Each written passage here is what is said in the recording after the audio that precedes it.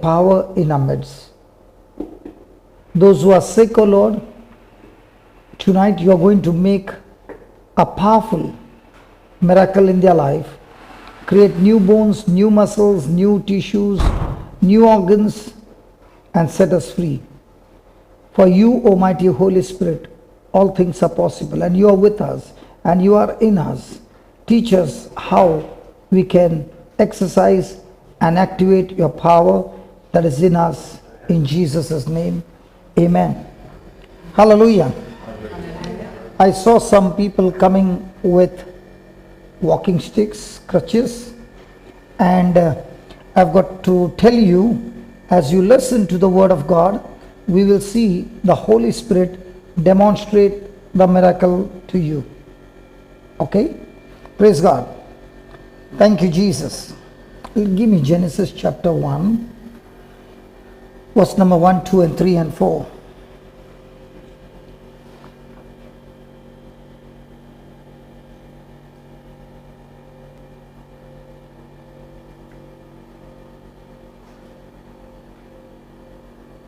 Can we read it, please?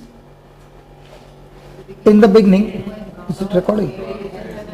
In the beginning, when God created the heavens and the earth was formless, void, and darkness covered the face of the deep, while a wind from God swept over the face of the waters. Then God said, "Let there be light," and there was light. And God saw the light was good, and God separated the light from the darkness. Now in this 4 lines we see a spiritual law, just as many of you came driving a car. Is that right? Now when you put a reverse gear, the car will always go backward. In the same way, when you put a forward gear, the car will always go forward. So here is God showing us that He Himself has set a spiritual law, and because of this spiritual law, once you understand, you can predict the result before it is manifested. Okay, let's see the spiritual law in Genesis 1 verse 1. In the beginning, God created the heavens and the earth. The earth was formless, void, and darkness covered the face of the deep. Now these 3 things, formless, void, and darkness, all the 3 speaks about something that is extremely negative. Is that right? Hello? Can we talk? Something that is extremely negative. And in spite of that negative, while a wind of God swept over the face of the waters, the wind of God is the Spirit of God. He is moving over the waters but creating nothing. The situation is chaos. The situation is extremely negative. The Holy Spirit is there but not yet moved into action. He is only hovering over the waters but not changing the situation. Something happened in verse 3 that changed the situation from extreme bad to extreme good. What is the first thing that God did when He faced a situation which was extremely negative? The Bible says He opened His mouth and said. He spoke the word. Now we find that everything in God's kingdom operates through word system. When He opened His mouth and spoke the word, that word activated the spiritual world, and the same Spirit of God who was moving over the waters got into action. But a very important thing that we see here is that God said, "Let there be light." Was He able to see darkness? Yes. Was He seeing things were formless? Yes. Were the things formless, void? Yes. But when He opened His mouth, did God say what He saw, or did He say what He wanted to see?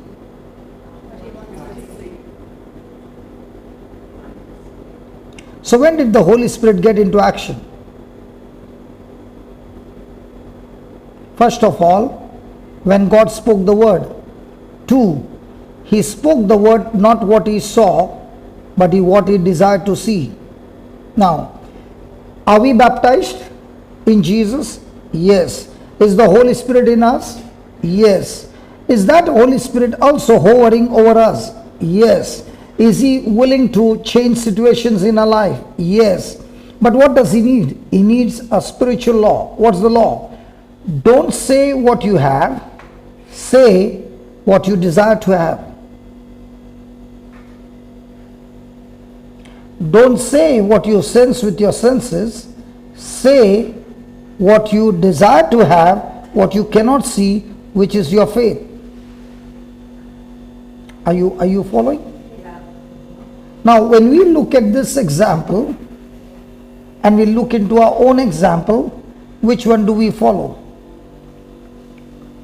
Let's say you saw something is broken, something is bad, something is in darkness. What would you say? We would say what we see. We would say what we feel. We would say what we hear. Is that right? Now, when you speak those things, is the Holy Spirit going to get into action? No. He needs us to speak words, but the words have to be spoken by faith. So when is a person speaking by faith? When a person is speaking things that God has declared in His word, but he has no physical evidence. The only evidence that he has is the word of God. Let me give you an example. A person has got some problem in his body, some sickness. Can he feel it? Yes. Can he see it? Yes. Has the doctor's report given him and diagnosed what is the problem? Yes. What will he say? He will say what he feels, what he sees, and what the report says, right?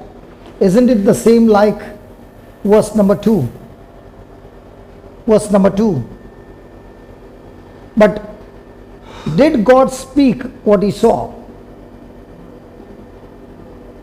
He spoke his desire. Let's take an example. Jesus saw a blind man. Did he speak, "You are blind"? What did he say? Receive sight. He saw a paralytic man. Did he say, "You are suffering from paralysis"?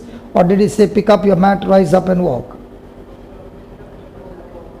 He saw a leper. Did he say, "You are suffering from leprosy"? Or he said, "Be made clean"? He saw a man with a withered hand. Did he say, "You got withered hand"? Or did he say, "Stretch out your hand"? He saw a man with demons. Did he say, "You got demonic powers"? Or did he say, "Unclean spirit, come out"?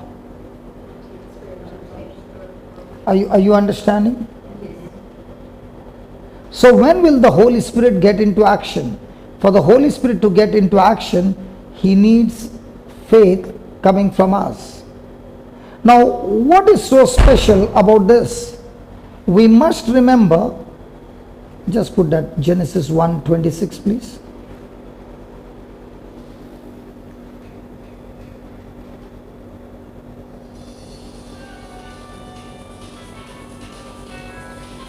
Can you read that? Then God said, "Let us make humankind in our image, according to our likeness, and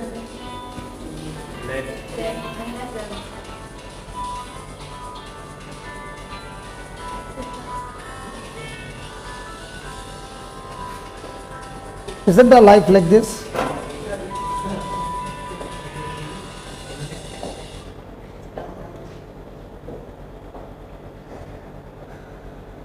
Our life is also like this. We are at all attentive in one focus, and there comes a call that changes everything. Did we get out of focus with one ringtone?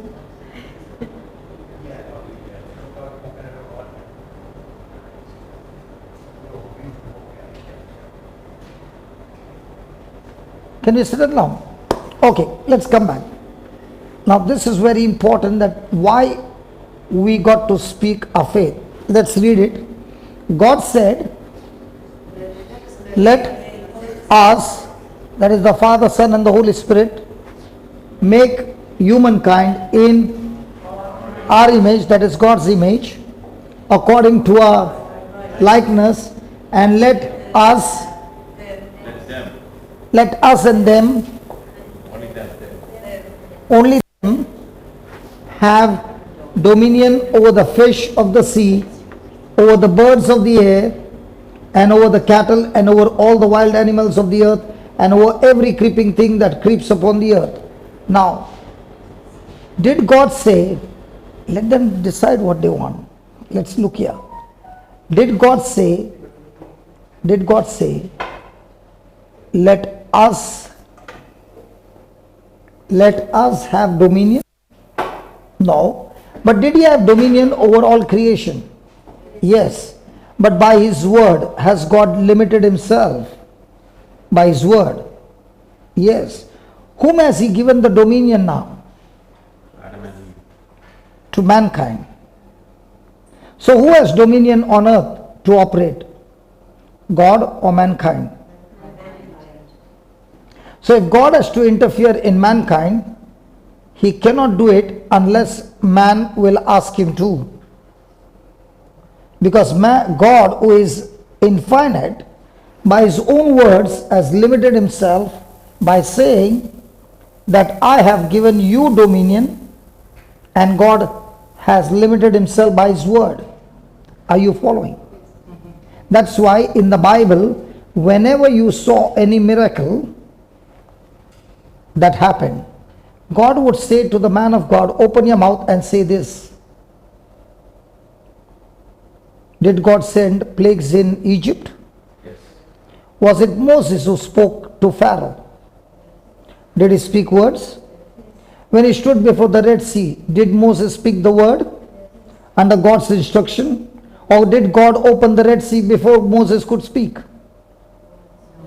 Always you see mankind opening his mouth and speaking. Why?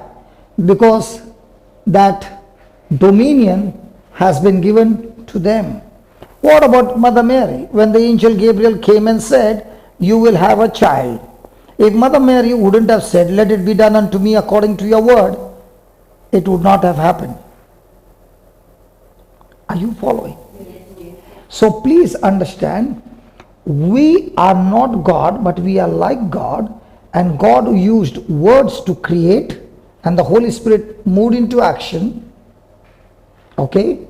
That same mankind power God has given to us, and the enemy wants to use our senses and put pressure on us so that we no longer speak faith, but we speak worry, we speak fear.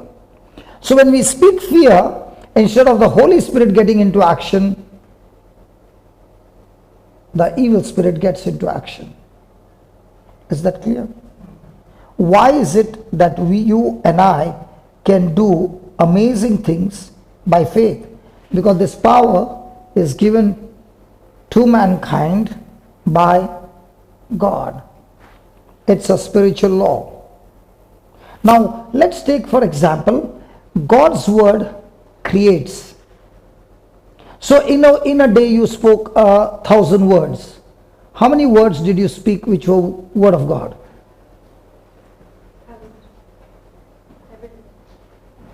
So are things going to be created in your life supernaturally? So in other words, is the Holy Spirit who is there to create things for you, is he able to move into action when you are giving a wrong raw material? Are you following what I'm saying? Tonight we'll see this application being employed, and at once the Holy Spirit moves into action.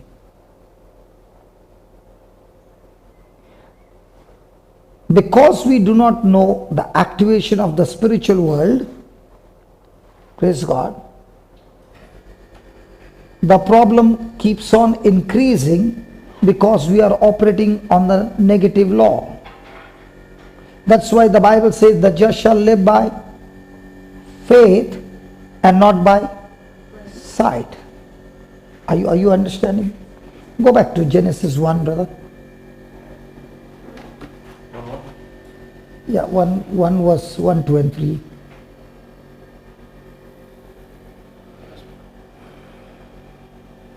Let's see that again. In verse number 2, everything is negative, but God opens his mouth and speaks his faith. When he said, "Let there be light," he spoke a word, and in that word was his imagination, was his vision of what he wanted. Now I have a small container. In that container I put honey. So honey is in the container. In the same way, my word coming out of my mouth is only a container. In that container is a substance, either faith or fear. Are you following? When you speak in English to somebody, you will say, "Come here, I want to tell you some word or something."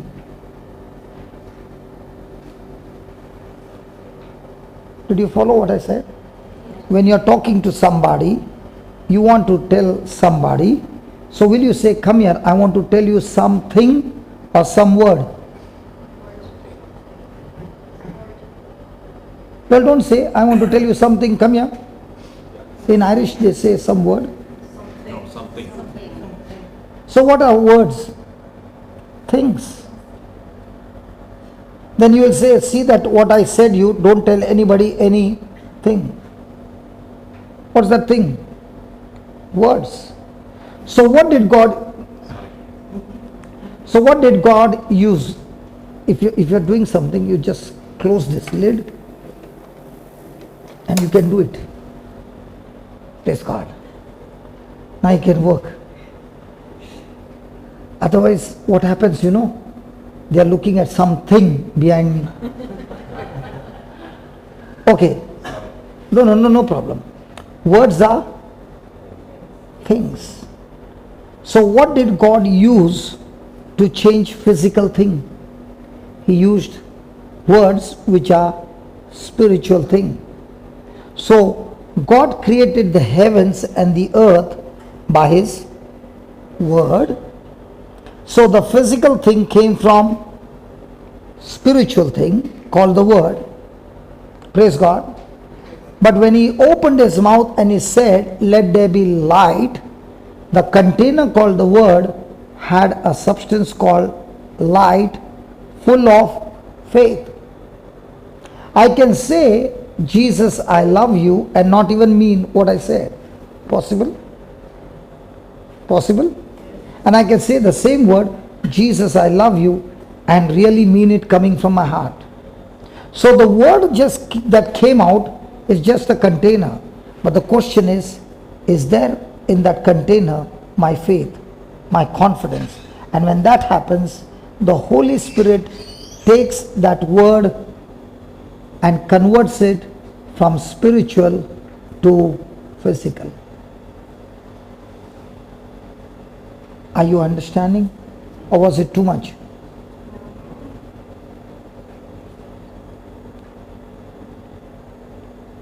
So in the verse 3, the Holy Spirit only moved into action when God saw the problem and he spoke the word. In the same way, Holy Spirit is waiting to move into action when you open your mouth and speak the word of those things that you cannot see, but you are speaking it with faith. And that's why the Bible says, God said, "Let there be light," and then there was light. So which one comes first? Speaking by faith comes first, or seeing the manifestation comes first? But most of our prayers are, "Lord, please do this and please do that." Is that right? Now, do you find Jesus anywhere praying to God and saying, "God, please heal this person," or did he heal the person? So there is a time for praying And when the sickness he saw, he spoke to the sickness his faith, and then everything was changed. Are you following? So which one came first? He saw the sickness, he saw the darkness, he spoke light to the darkness. He never said there is darkness. Did he say that? When there was darkness, did God say there is darkness? No, he did not say there is darkness. Why he did not say there is darkness? Because when he speaks, whatever he speaks, that begins to multiply. That begins to grow. So, what he did not want to grow, he never spoke. What he wanted to grow, he spoke. So he saw darkness, but he said, let there be light, and there was light. Now, you will say, this is, if I say I got sickness, you mean to say the sickness will grow? But God is merciful. He understands my weakness, and He understands that I am weak, and He is merciful and He is full of love. Now let me ask you, is this light working on electric power? The other lights? There are so many gadgets working on electric power. So is this electric power supposed to work for you? Yes. But if you don't follow the system, can that same electric power kill you? Can the same electric power burn the whole house? So when you follow the system, it will work for you. When you don't follow the system, the same word coming out of your mouth, wrong from the system of God, will destroy you. Praise God. Hallelujah. So which one came first? He spoke the word and then he saw, or he first saw and then he spoke? Spoke the word and then he saw. What are we doing? First let me get healed, and then I will go and tell everybody I got healed. Is that right? But faith says, because the word of God says I am healed, I will speak my faith that I am healed. Praise God. I have started this, now I can't change. Hallelujah. I wanted to speak on the topic love, and it was not, because we did not get time. So I said, whatever you got, let's start with it. So he had this topic on his computer, and I said, let's start with that, because God has always surprises for all of us. Amen. Now let's analyze some of the people who got healed, and let's see what were their mistakes and what correction they did and how they got healed. Is that okay? So we analyze things and we see, oh, this is where the person did wrong, and therefore the result is wrong. The same person changed and made the correction, and now the person got healed. If the person got healed in physical area of sickness, can the same person make correction in his marriage and get his marriage blessed? The application is the same. Supposing you drive a car of this make, can you drive other cars of different make? So this, why are they looking so serious? They're confusing me. I'm looking by sight, not by faith. If you drive your car and you gave your key to somebody else and the person knows to drive, can that person drive your car? Because the principles are the same. So if you use the principle for healing of your body, you use the same principle for your marriage, the same principle for your children, the same principle for your finances, the same principle. It's a law. Okay, let's see another law. Let's see. Give me Joel 3:10.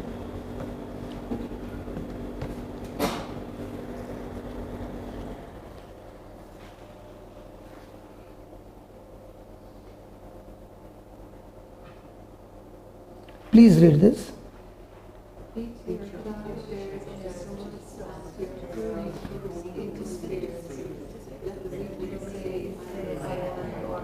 Now, these are the Israelites who are full of fear. The enemy would come and strike them, and when they would hear the enemy is coming, they would leave their fields and run for their life. So God spoke to prophet Joel and said, go and tell my people to take their farming equipment and turn it into sword and spears. Just give me King James, please. Now let's see another translation. What does it say?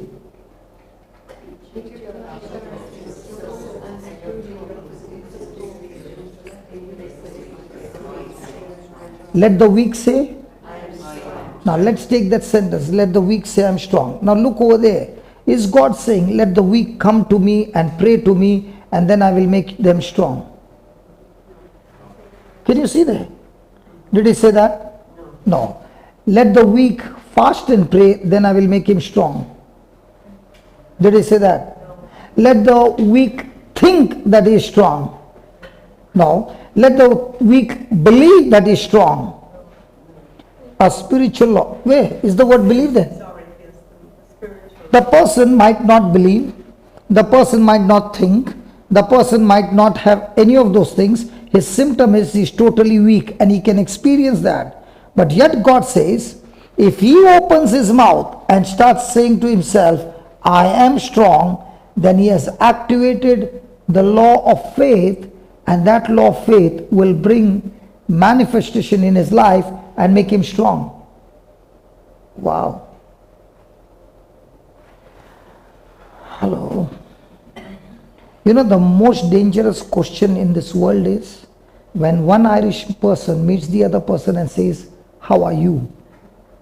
And then that person says, you know, my marriage is, my spouse is, my children are, my finances are, my health is, and all those things that he spoke is what he saw and he's experiencing. Now, did he activate the law of faith or the law of fear? That's why Jesus said, the thief comes to steal, kill, and destroy. Now, you will say, I've never seen a thief who comes to steal, kill, and destroy. Let's take an example. You are here and you have locked your house. Just an example. Hello, I'm not prophesying, just an example. And you went back home, the door is locked, and you opened the door, went in, and you went to the bedroom and you saw your treasury is open and all that was valuable is missing. But the door is still locked, the windows are locked, nobody is in the house. Now, do you need somebody to come and tell you that your house has been under theft? When things are missing, you know the thief has come and taken it away. In the same way, how will you know the thief has come and stealing your goods? When your peace is gone, when your children have gone out of your hand, your marriage is on the rocks, your finances are broken, your health is broken, that means the thief is at work and is continuously working to steal, kill, and destroy, and giving you sleepless nights. But Jesus said, I've come to give you life, life in abundance. How will Jesus give me life, life in abundance? When I apply his word. So now the word of God says, even though you're weak, what will you say? Did he say pray that you are strong or say you are strong? Did God look at darkness and say, let there be light? So what will you say from now on? You are depressed, you are weak, you are tired, you are full of fear, or will you say, thank you Jesus, I am strong. Thank you Jesus, I am anointed. Thank you Jesus, let the sick say. Why are you giving them the answer? Let all those who are sick say, I am healthy, I am healed. Let all those who believe they are cursed say, I am blessed. And all those who are poor say, we sing this song, give thanks with a grateful heart. Do you remember that song? And now let the weak say, I am strong. Let the poor say, I am rich. Why? Because of what he has done for us. Jesus was made poor so that we are made rich. Jesus was wounded so that by his wounds We have been healed. Jesus was made to be a sin so that we are made the righteousness of God. Jesus was made to be a curse so that we are now blessed by Abraham's blessing. Now, are these promises of God? Yes. Do we speak the promises of God, or do we speak the promises of the doctor? So if you speak the promises of the doctor and they contradict God's word, you will all your life live what the doctor said.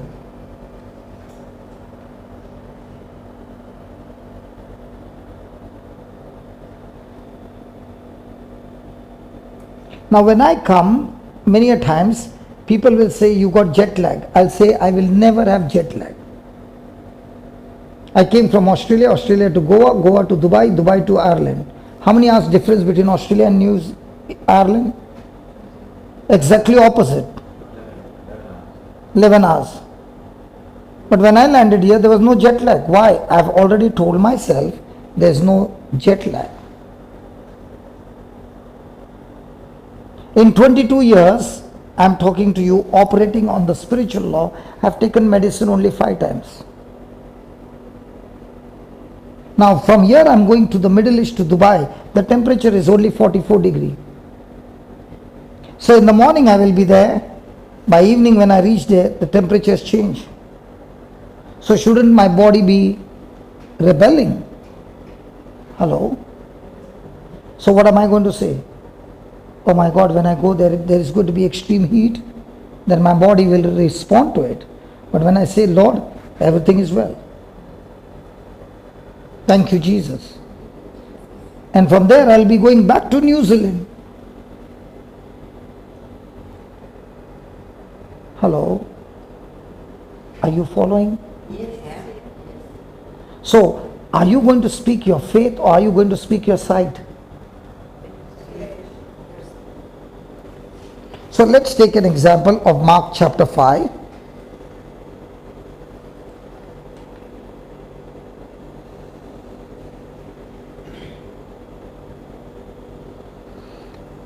Before we go there, just put the notes. Just write down 4 lines, and then we will see these 4 lines in this passage, okay? Now please understand, these notes which are there, they are hidden truths. I was in Melbourne, and a priest came and celebrated the Mass, and he spoke to us one beautiful thing. Just put the Bible, any verse in the Bible. Now, can you see on a white screen black words, scripts? Hello, can you see that? Between the words, do you see some space? So he said, what do you see on the screen? The word of God. Okay. What color it is? Everybody said in black. He said, what about the space? Is not that the word of God? And then he said, the written word is in black, but between the two, the space which is there, that's where the Holy Spirit has revelation, and a person who is seeking will get the secrets from there. The whole space is the word of God. Not only what is written, but the space that you can't see is where the Lord has His secrets, which He reveals to us through the Holy Spirit. Now, for example, we read that Genesis chapter 1 so many times, but I explained to you something that you did not know. But the same law is practiced right from Genesis to Revelation. It's the same law. Any healing you see, any miracle you see, anything that you see supernatural, the law is the same. So write down some 4 points and then we start. The Holy Spirit has been sent from the beginning. Please write down. The Holy Spirit has been sent. The Holy Spirit has been sent to lead and guide us. Do you have a mobile system? You don't carry a mobile? Okay. because what I'm giving the notes are very important. So you see to it that you copy from somebody. Because if you don't remember them, you will not able to apply them. You can take it from her. Yes. But remember that you take it and apply it. Okay? The Holy Spirit has been sent to lead and guide us. He is responsible. He is responsible for all of our breakthroughs. He is responsible for all our breakthroughs. Yeah. No, just put that. No, same. Just go reverse. He is responsible for all our breakthroughs. Then he is known as the truth giver. He is known. You can only click there, brother, on a cursor down. It will come. Not coming? Okay. You did not put extended version. Okay, doesn't matter. He is known as the truth giver. The truth that he gives,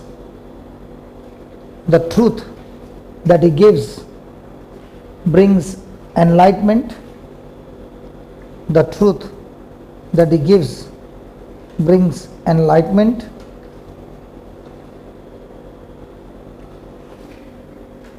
By listening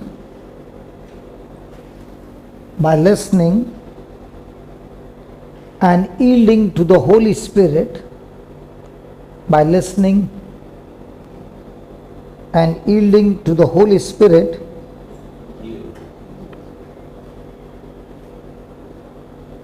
you can avoid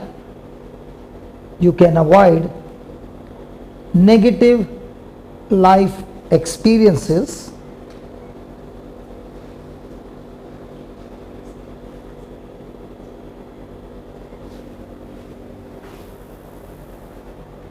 That's why I told him to put it on the screen, because my English is different from your English.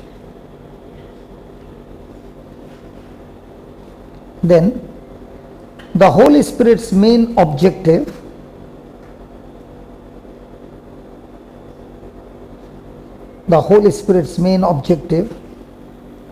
is to bring truth. And last line, God's people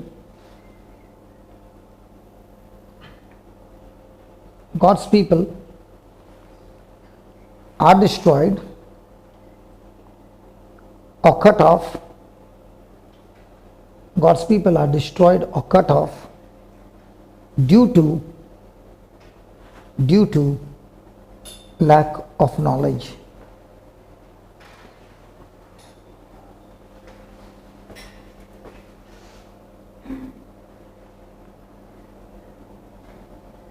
Are you ready? Now, is the Bible saying God's people are destroyed by the devil?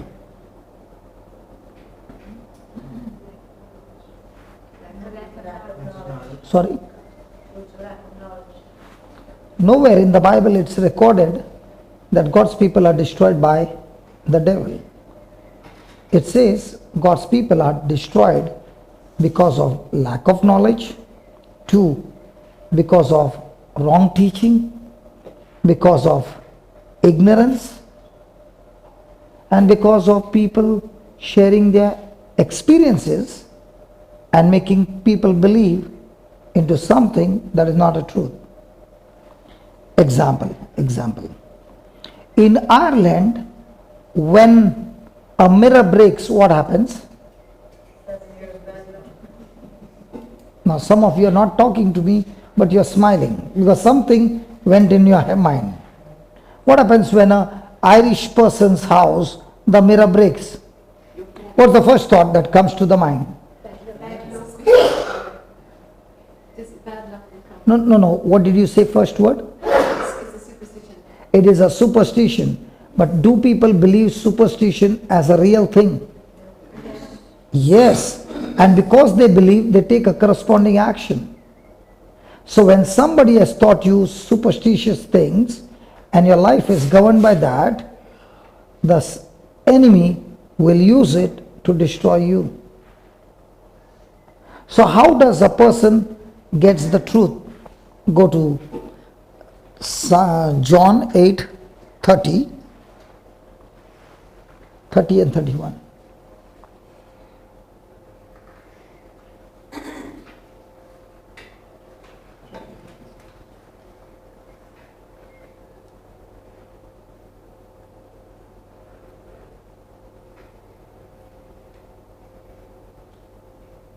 And Jesus said to the Jews who had what?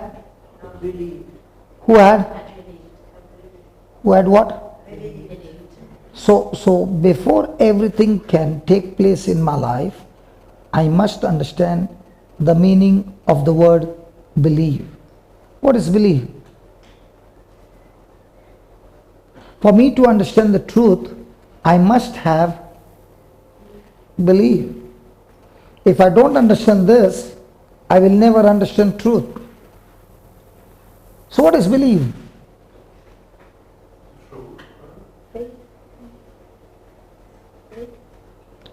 I don't want one word. Give me at least 3 lines.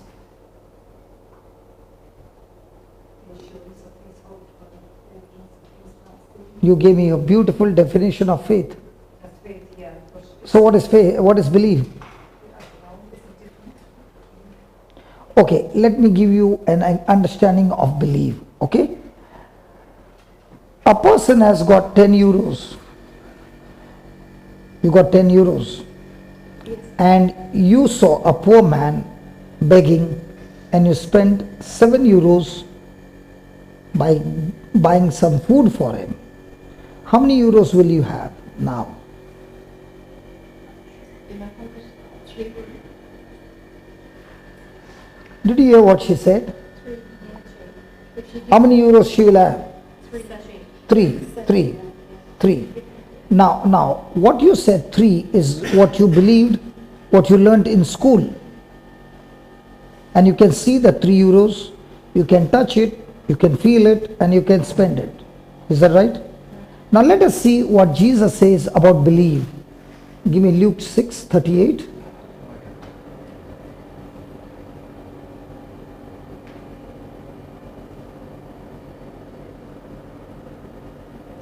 What does he say? Give, and it will be given to you, good measure, pressed down, shaken together, running over, will be put into your lap, for the measure you give will be the measure you get back. Now, these are Jesus' words. So according to this word, you spend 7 by giving to that man in the kingdom of God. Right? So how much will you have?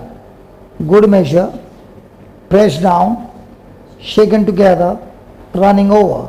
So according to Jesus, when you give, it will subtract or multiply.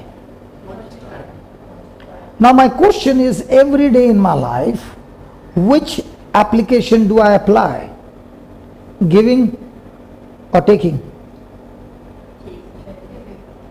So even though we go to church and we go for mass, during the offertory is a time that you have heard the word, you have made the correction, and now you are saying, Lord, when I give my money, I am not giving you my money, I am giving you my life.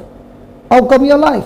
Because Lord, you gave me good health, you gave me wisdom, you gave me talents, you gave me your anointing, you gave me your strength, you gave me all that, and I used it for the whole week, and in exchange I got euros. Is that right? What if you had no health? Would you go to work? What if you had gone into depression? Would you go to work? So what God gave you, you used it in a way which got changed into euros. So when you are bringing your euros to God on the altar, what did you bring? Your sweat, your hard labor, your time that you spend. Everything is in that seed called euro, the money. Now here he says, for the measure you gave will be the measure you get back. Now if a person believes this, during the Mass, what will be the currency that he will be putting into the box?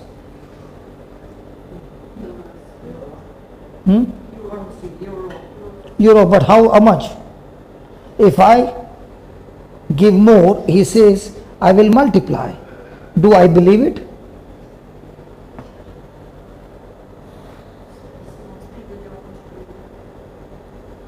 Every day I have got 24 hours.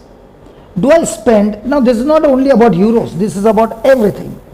If I want love, what should I give first? If I want forgiveness, what should I give first? If I want kindness, what should I give first? If I want mercy, what should I give first? So only when I invest, believing in faith, it will multiply. But if I don't give and I pray to God, He's saying, you are operating a wrong law, because nowhere in the Irish community a farmer works in the field without planting a seed. If he doesn't plant a seed and is working hard day and night and he does all the labor but did not plant the seed, will he ever get a harvest? No. He has got 20 acres of land and he planted seed for only say 10 feet by 10 feet and is expecting 20 acres of land to get harvest. Will he get it? No. So the measure you plant the seed is a measure you receive the harvest. Now do we believe what Jesus said, or do we believe what our mind is saying?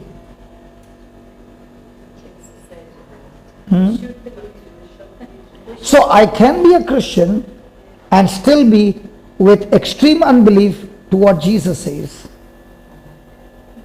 I can go to church and the Lord is speaking about sowing and reaping, and now comes your decision. You know, when a priest is coming and celebrating the Mass, first thing he's doing is giving the message. The first reading, the second reading, and the gospel.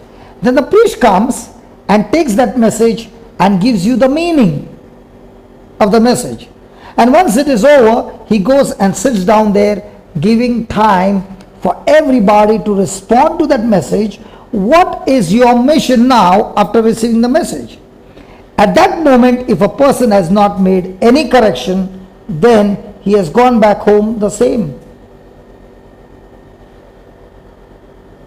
Tonight the message is given, but a person does not make any change. Will there be any harvest?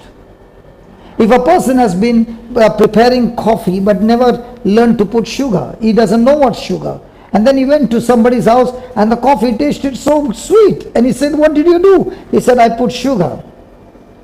He goes home and this person gave him sugar, but he doesn't put it. Will his coffee ever be sweet? In the same way, unless I apply this word in my life, will there be a change in my life? These are spiritual laws. So when he says believe, he's not asking you to believe about sense knowledge. Even a non-Christian who doesn't have Jesus, who doesn't know anything from the Bible, he also operates in the same law. So what is so special about you knowing Jesus? Because your response is still the same. But a person who believes in Jesus, he says, listen, all my life in school I'd learned subtraction. But when Jesus says it's multiplication, from now on, I choose to apply this in my life. And that's when the change takes place. So what's your challenge? How much you pray? The Bible says no. Your challenge is how much you believe the word of God. Have you ever heard Jesus say to any person who got healed, your prayer has healed you? What did he say? Your faith. So when he said faith, did he say the 3 euros or did he say the multiplication? So on which faith are you relying on? God's word or your sense knowledge? And if it is God's word, then every day your life is supernatural. So there can be a person who goes to church every day and still believes on sense knowledge, prays the whole day and gets nothing. And there can be a person who comes to church, listens attentively to the principles of the Bible, becomes the doer of the word. That's why Jesus said there was a wise man and there was a foolish man. They both came and heard the word. But the wise man, when he heard the word, he changed his thinking from sense knowledge to word knowledge, and he went and did what the word said. The flood came, the rain came, and the wind beat on his house, but the house was strong. It did not fall. The foolish man also came to the same service. He heard everything, but did not go and do what the word said. The same flood came, the same rain came, the same wind came, beat on his house, and the house fell. So your house to stand or fall, is it depending on God? Is it depending on Satan? Or is it depending on you? Whose response it depends on? But our prayers are all about God, you do it. And he says, sorry, you are going wrong. I've given you my word, I've given you my truth, I've given you my Holy Spirit, I've given you my anointing, I've given you my authority, I've given you all that, I've given you my precious blood. I've given you my body, I've given you from all my side everything. Now it's all on your side. How many of you pray to God and say, God, please cook the food for me? God has given you everything. But will God come and cook the food, or you need to cook the food? So has God given you the resources? And all that he's saying, are you willing to believe my word? Are you going to believe your senses? And a person who believes his senses can pray long prayers and get nothing. Let me show you. Give me James chapter 1.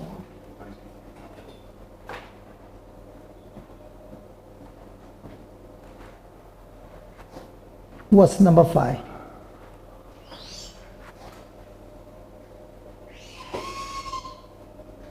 Please read. If any of you is lacking wisdom, ask of God, who gives to some, who gives to all generously and ungrudgingly, and it will be given to you. But ask in faith, never doubting. For the one who doubts is like a wave of the sea, driven and tossed by the wind. For the doubter, being double-minded and unstable in every way. Read that last line. Has anybody ever prayed with worry? So when a person is worried, is he double-minded? Now let's take, for example, you got a car. The car is facing in front, and the back side is how you parked, and on the back side is a deep cliff, at the edge of the cliff, reverse. Now you went around and you came. Will you put a reverse gear? Oh, they know better. You don't drive a car. Your car is gone reverse and you parked the car close to the cliff. Will you put a reverse gear? Why not?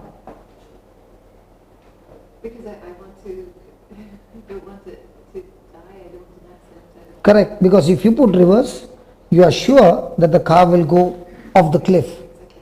So no matter what happens, even if everybody puts pressure, put the reverse, what will you do? Will you listen to anybody? Because you know, if I put reverse, I'll go off the cliff. Is that right? In the same way, every day the challenge is, Am I going to operate on God's word, or am I going to operate on sense knowledge? The moment I'm operating on sense knowledge, which contradicts the word of God, it is evidence that in the long run, my life is going to go into a disaster.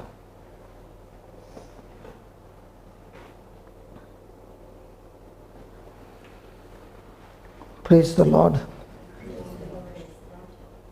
Hallelujah. Do you understand? Now, do you understand what is belief? Now, ask a question to yourself. Do I really believe what God is talking about, or do I only believe sense knowledge? Because to believe what God is talking about, I must know His word. Let me show you how this principle works, and then we'll take some testimonies from the Bible. Are you ready? Okay. I came from Bangalore to Dublin by flight. Okay? And let me tell you, my flight took off in the air and landed in Dublin. How many of you found your car taking off? How come your car doesn't take off in the plane with so many passengers? And it was not a small flight, it was a big flight. Okay? And so many passengers, and yet the plane is flying. How come? There's no law of gravity. A car works on the law of gravity, right? If there was no law of gravity, a car would be going in any direction. Is that right? The gravity keeps the car on the road. But how come the plane, which is so heavy with so many passengers, still flying high? So that means there is no law of gravity.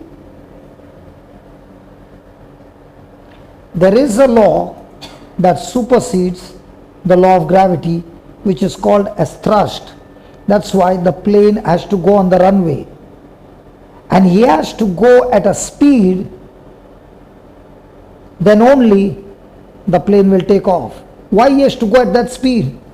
Because the air that you and I can't see now, at that speed becomes a storm against the plane and builds pressure on the wings, and it is the air that lifts the plane up. Are you with me? So when he's firing the engine, that engine is firing continuously till he wants to land. In the same way, the word of God is the fuel, is the engine. Your tongue is the firing. And when you keep on firing, in spite of what you feel, in spite of your emotions being negative, but you keep on firing your faith, what the Bible says, your life will take off. So what is gravity? Your senses giving you fear and worry to pull you down. How do you fly? You fly the way God spoke to Prophet Joel. Let the weak say, let the weak say. You know, there's one testimony that moved most of us was this man had never come, or he had never seen me. He was in the hospital suffering from bone cancer. And he is in the last stage, and the doctor said, you know, his skull has got a hole, you can put a coin in it. Okay? And the doctor said the cancer is spread to most of your body. We can give you the last chemo. After this we cannot do anything. And this one is the final one, and all you have got is 15 days to live. Okay? And he is in the hospital. Somebody sent him the link and is listening to the word of God. And then he began to understand the law of gravity and the law of thrust and lift, the law of faith and the law of fear. They both work in the same way but in opposite direction. And that's when he began to realize that God said, let there be light, and there was light. God said to Joel, when you are weak, say that you are strong. So as he's taking the chemo, the doctor had told him, from now on you cannot eat natural food. We will give you all nutrition through a syringe. And during that time, the doctor also said, from now on, because of the chemo, you will pass blood in your stools, blood in your urine, you will vomit, and if you try to eat food, it will not go in. So he understood what was said, and as I gave you the principle of the plane flying and the engine firing, he said that means if I fire with my tongue the word of God, then this word of God can get me out of this sickness. So lying down on the bed, he said this, in the name of Jesus, I am strong, I am powerful, I am healthy, I am blessed. In the name of Jesus, I am strong, I am powerful, I am healthy, I am blessed. For how many times? 3 hours. And when he went to pass stools, he saw there was no blood. He saw there is no blood in the urine.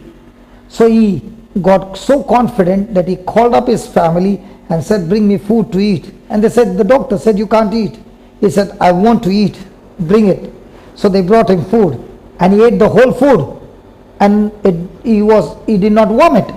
So when the doctor came, he said, doctor, I ate the food. He said, that's impossible, you cannot eat. He said, I ate the whole thing, and I want to tell you, I'm coming back with my new reports. After his chemo, his sister who is a doctor, and the whole family started only one thing. Stephen is good, he is strong, he is healthy, he is set free, he is powerful, he is blessed. And that was the prayer. After 6 months, he came to meet us.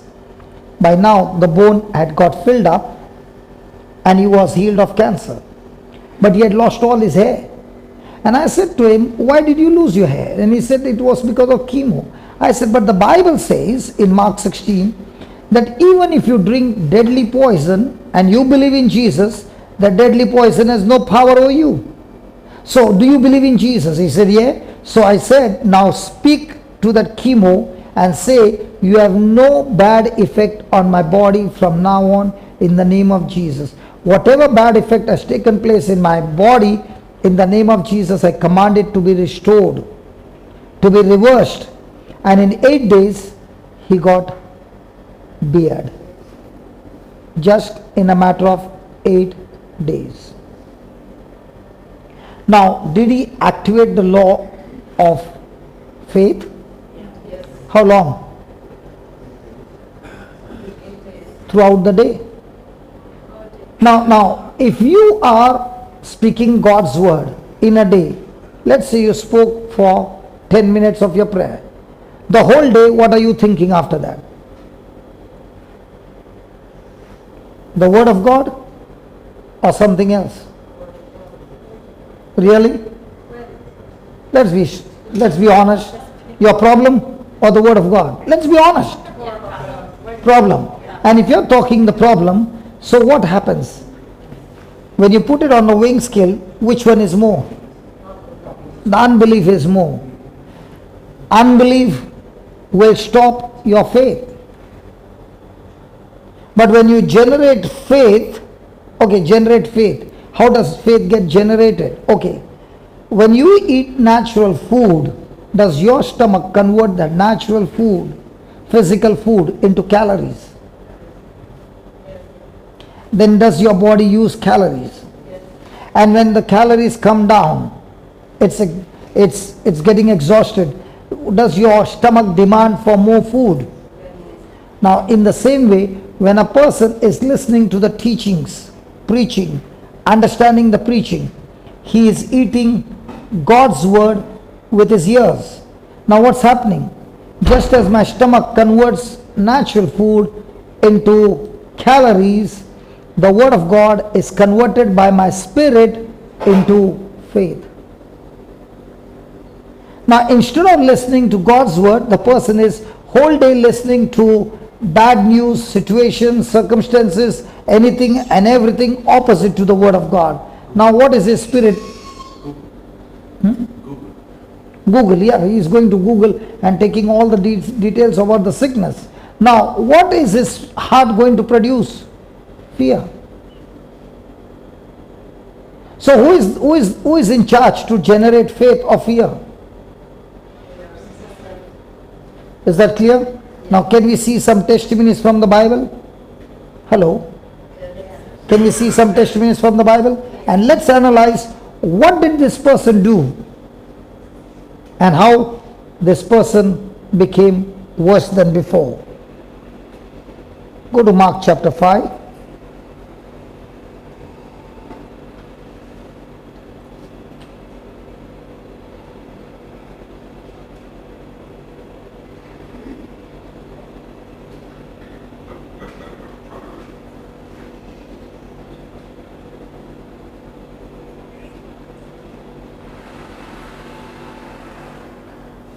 Mark chapter 5, verse number 25.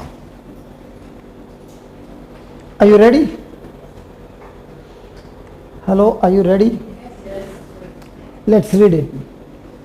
Now there was a woman who had been suffering from hemorrhage for 12 days. Are you sure? 12 days.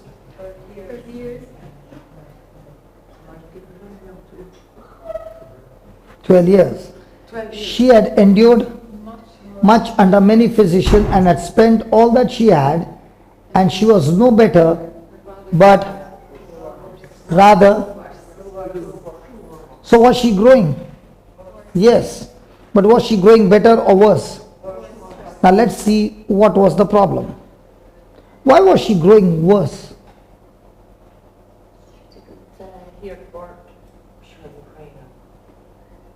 Sorry? She wasn't praying. So what was her mind full of? What? Fears. So what was the fear? Did she see the blood? Could she feel the symptoms? Did it cause weakness? Did she go to the doctor? Did they give her hope? In the beginning they would have given her hope, otherwise she wouldn't have spent. She spent all her money. Now money also is gone. Hope is also gone. 12 years the sickness, and the sickness instead of getting better grew worse. So now in this two scriptures, is she totally and completely thinking about sense knowledge or faith?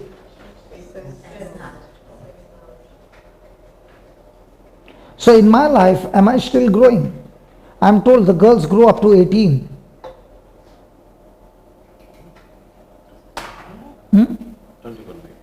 Girls, boys grow up to 21. Physically or everywhere? Physically. 21? I would say yes. Okay, and what about boys? Okay, 21. What about this girl, this lady? She was still growing. So was she growing physically? No. So in our life, are we still growing even at this age? Yes. But are we growing better or worse? I'm trying to go better. What was the reason why she was growing worse? Did she have a desire to get healed? Yes, but did she get healed? She did not get healed. What was the reason why she did not get healed? The desire was there that she wanted to get healed. But did she get healed? If the desire was not there, she wouldn't have gone to the doctor. So the desire is there, and she went not to one doctor but many physicians, and she spent everything, and yet she grew worse. Her whole life for 12 years was on sense knowledge. Is that clear? Hello? Now let's see how did she change the situation of her life. Verse number 27. What's the first thing? She heard about? She heard about? She heard about? What happens when you hear about Jesus? Are we also hearing about Jesus now? Because the Bible says in Gospel of John 1:1, what does it say? In the beginning was the Word. The Word was with God. And the Word was? The Word was? My question is the Word was God, or is the Word today also is God? So when you look at the Word, have you looked at Jesus? Because the Word is God. So when she heard, did she see physical Jesus, or she heard the Word? So if she heard the Word, did she hear about Jesus? Yes. Then what happened? She came up behind him in the crowd and touched his cloak. Is that true? Can a woman who has got bleeding problem for 12 years be strong enough to walk?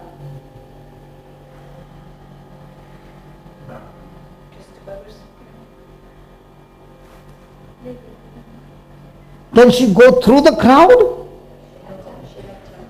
Sorry? She did, but what was the formula by which she did? She crept down. Sister, have you ever been in a crowd?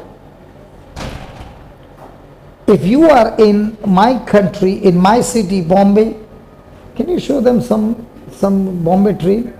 Just show them. Just find it and show them from which place I come.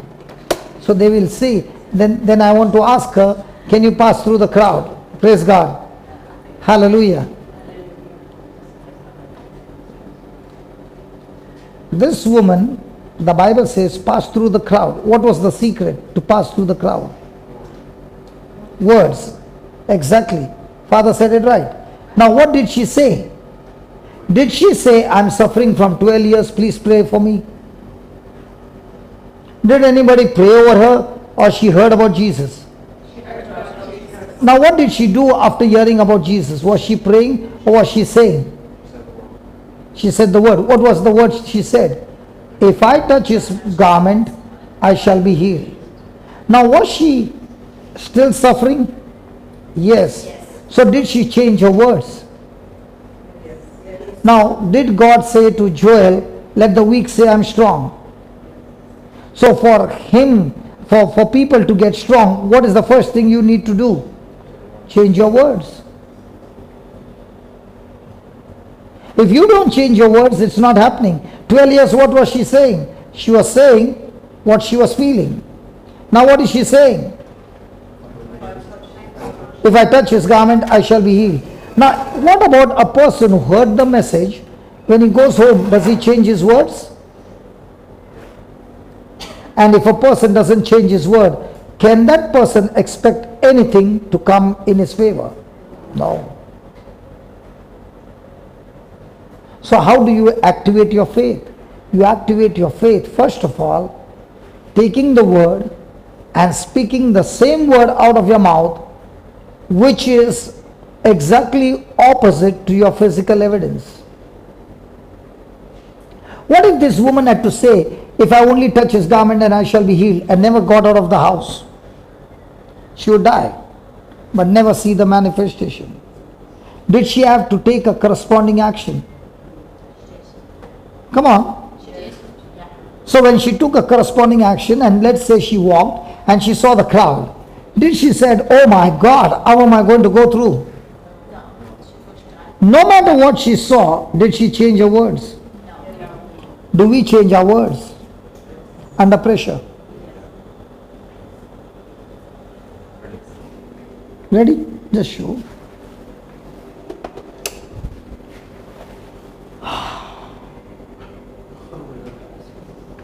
This is the city from where I come. They are all waiting for the train. Already the train is fully regular. How many of you would like to travel like this every day?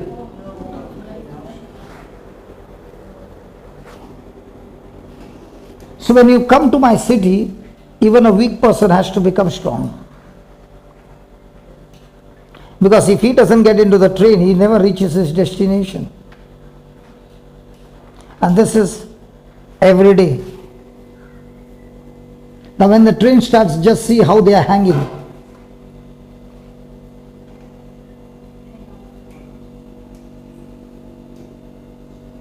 And it's only at the tip of the toe we will be hanging till we get to the next station.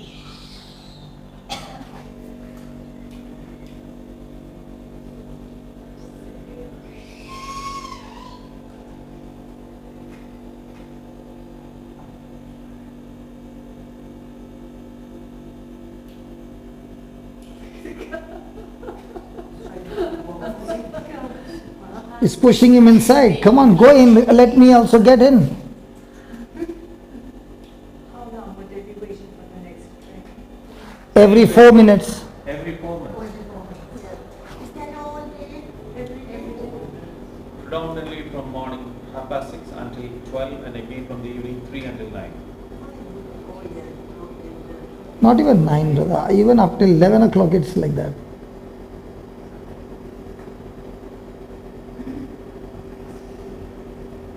There you go, the train is moving.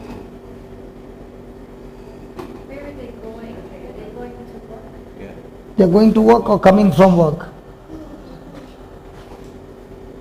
Okay. Did you see from where we come? How many of you would like to get into this train? You would faint.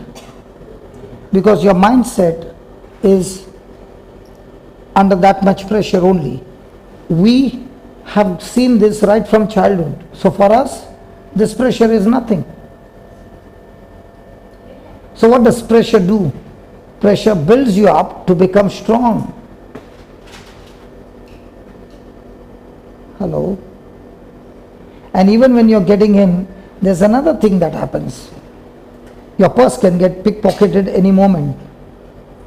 So you have to take care of your purse, you have to take care of your mobile, you have to take care of all that and also get in. That's why when you come to my city, not in their city, in my city, you got a bag and you have kept it here and you're looking that side. By the time you turn, the bag is gone.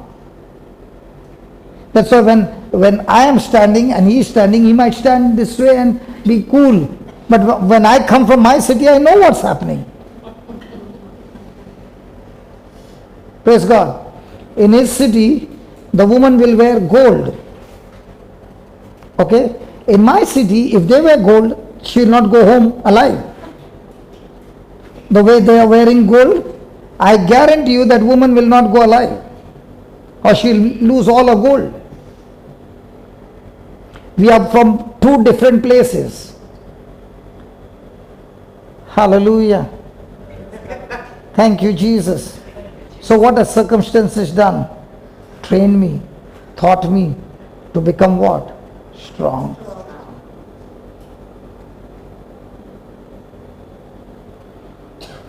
Praise God. But when I go to Africa, I find myself so much weak compared to them, according to their circumstances.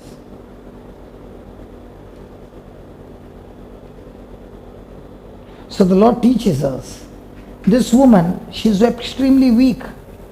But when she heard about Jesus, the first thing she did was to speak to herself. Do you speak? Now, how many people are speaking according to you? You'll say one. That's the biggest lie. Your mind is speaking to you right now. And that what your mind is speaking to you, if at that moment you are not alert, and the thoughts that are coming to you, and if they are coming with unbelief and you don't captivate them, those thoughts will kill you. When a person is keeping his mouth shut and thinking, let me tell you, that's when the enemy strikes you. And if those thoughts are not aligned to the word of God, then thoughts are my seeds. And those seeds produce my action. If my thoughts are ungodly, by default, my action will end up in ungodliness. This woman, all this time when she was growing worse, her thoughts were sickness, sickness, sickness, sickness, sickness. Now her thoughts are Jesus, Jesus, Jesus, Jesus, Jesus. Is the sickness still there? Yes. But has she changed her thinking? Yes. Now did she say or pray? Now when she's saying to whom? To herself. Now what did God say to Joel? To pray or say? So is she using God's application, God's law? So she said to herself, if I touch his garment, I shall be healed. If I touch his garment, I shall be healed. If I touch his garment, I shall be healed. If I touch his garment, I shall be healed. Now when she had to go through the crowd, now in the beginning we saw that God spoke the word, right? Yes. And when he said, let there be light, who got into action? God or the Holy Spirit? What was God's job? Speak the word. Who was supposed to bring it into execution, into manifestation? The Holy Spirit. Is the law the same? Yes. Now what's your job? Speak his word. What will the Holy Spirit do? Do the same.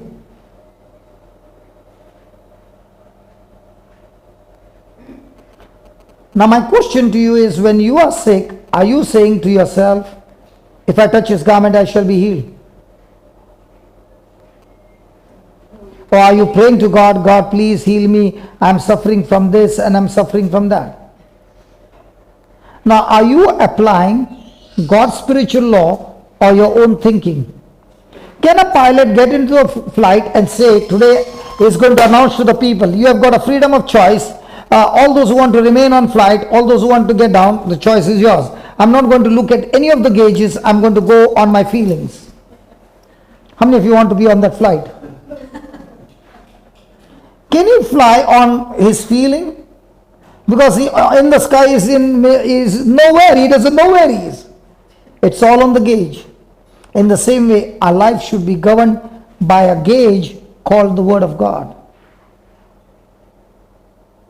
Okay, now, if God said, let there be light, and there was light, and this woman is saying, if I touch his garment, then I shall be healed. Now, whose job is to get her through the crowd? Holy Spirit's job. What was her job? To speak the faith. Have you been to a restaurant?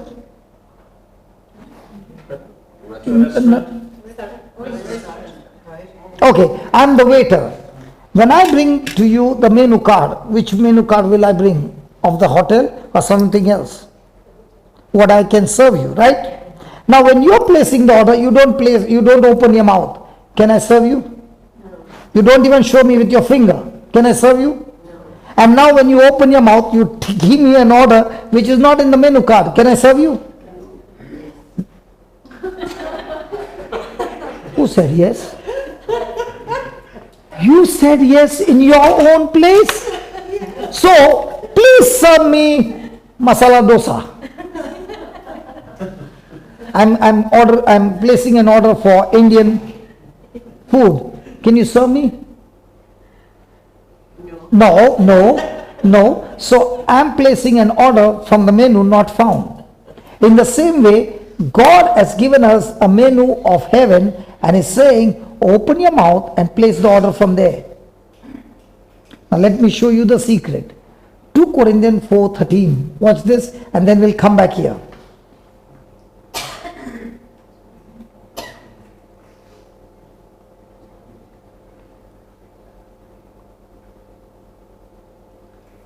Please read. No. Because my brother has not yet colored it, because I don't think he heard it. Now when he hears it, he's going to paint it 3 times. Had you heard this before? But you never colored it. Okay. Now he's going to color it. Okay. Yeah. Just as we have the same spirit of faith that is in accordance with the scripture, I believe and so I spoke, we also believe and so we speak. Now, this is St. Paul saying that we have the same spirit of faith. Means what? The same Holy Spirit was on Jesus, the same Holy Spirit is upon us. Now my question to you is, when Jesus saw a blind man, okay, did he open his mouth and say, you are blind, or did he say, receive sight? When he said, receive sight, Whose job was to get the sight? Jesus or the spirit of faith? So what was Jesus' job? What was Jesus' job? To speak his faith. What was Spirit's job? To get it manifested. Now is the same Holy Spirit working with us? You know, when I'm looking at her and she's lifting her leg and going down, I can see the expression of extreme pain. Is that right? And it's not just pain, extreme pain. Now we will see with our own eyes that when she understands this application and she starts speaking with me, faith and not sense, the same Holy Spirit will recreate her bones and everything, and she will be surprised and say, hey, how did this happen? That's how the application works. How many of you know how the engine works? None of us. Do you know the gearbox, the engine, the clutch? Mechanics inside. You don't. But do you know what, when you press what, how it works? In the same way, the Lord is saying, you don't bother how the spirit of faith will change it and bring. You only study the application, how it works. So Paul is saying, I found a secret. The same spirit of faith who was on Jesus is upon me. And all that I did now is to open my mouth and speak. And when I speak, I believe what I speak. And when I believe what I speak, then the spirit of faith brings it into manifestation. So what is the spirit of faith doing? It's just like a waiter in the restaurant takes the order and then takes that lady to the kitchen and says, cook now your own food. You are saying yes? Do they do that here? You said yes.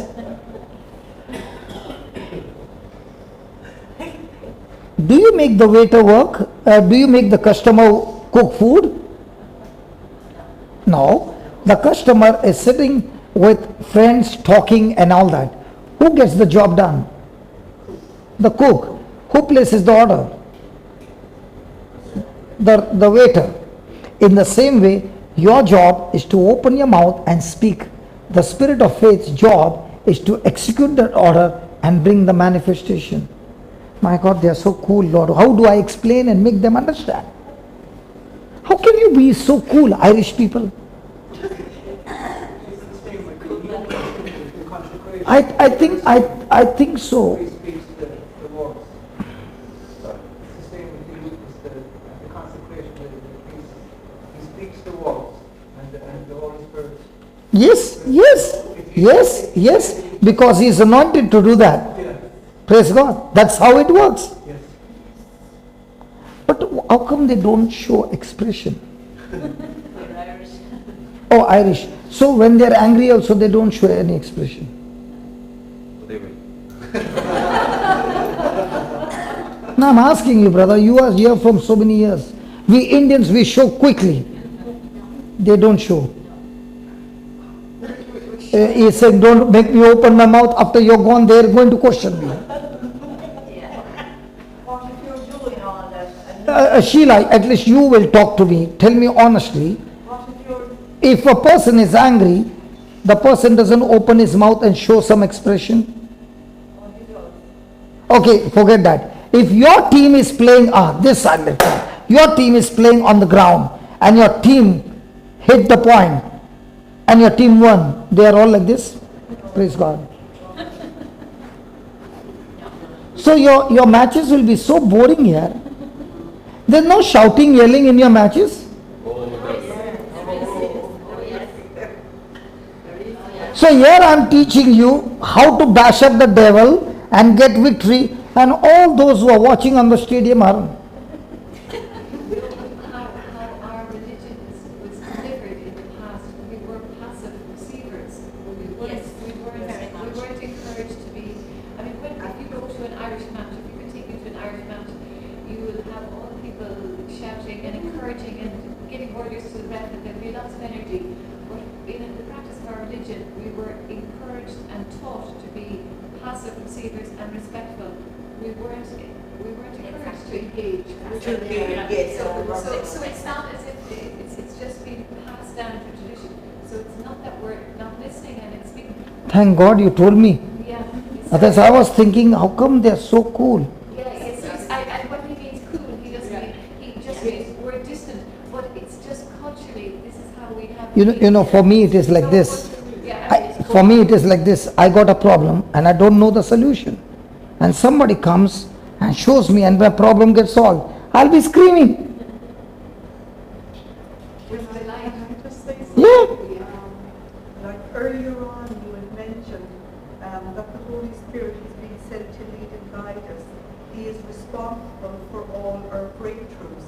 Yeah. Are breakthroughs the same as a veil being taken from your eyes? Yes. Do you have to go through so many don'ts? Because I'm listening, I understand where you're coming from, and I've been listening to you all the time. I understand it, but there's still a disconnect. Okay. Just thank you very much. I'll show you that. Go to John 8:31, where we stopped. Okay. And then we'll come back. Thank you for that question. And then I will connect you to the veil, and then I will show you how you get the manifestation. Okay? Thank you. Then said Jesus to the Jews who believed in him, if you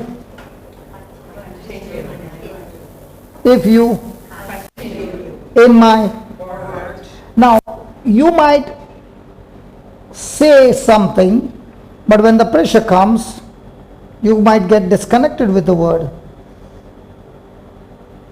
Have you ever got worried? So who is in charge to keep the plug on or off?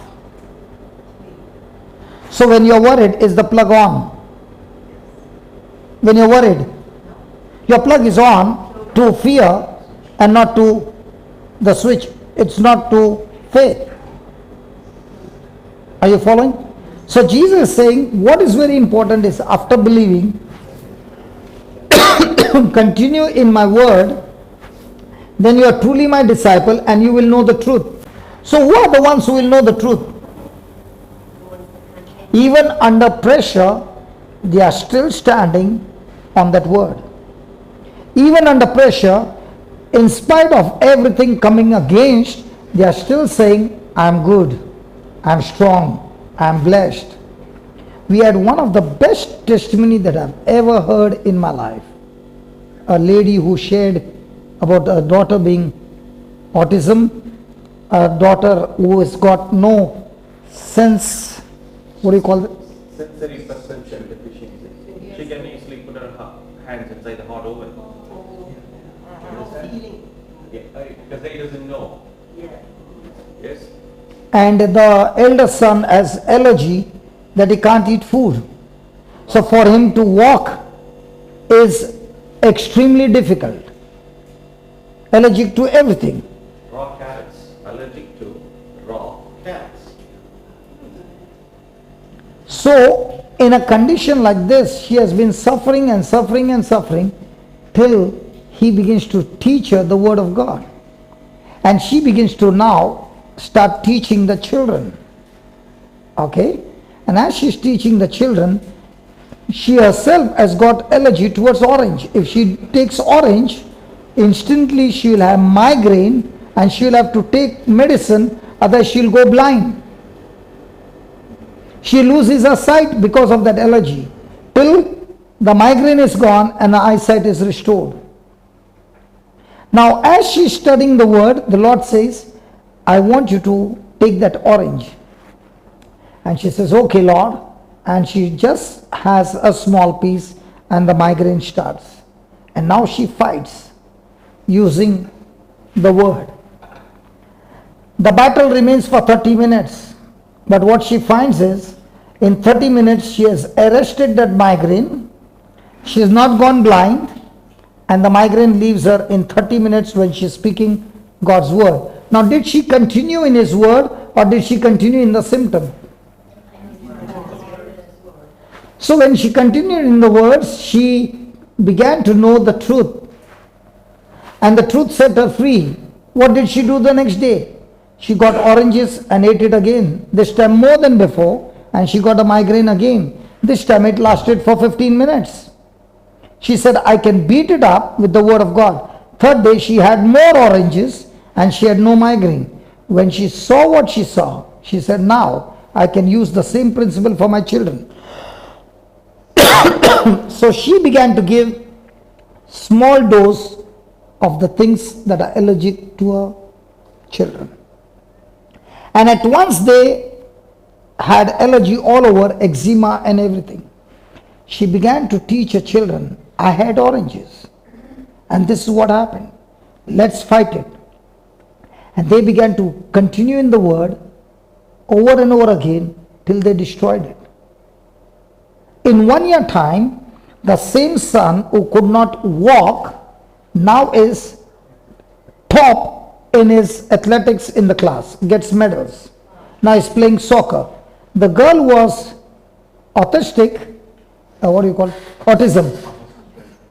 She now plays which music instrument? Tin whistle.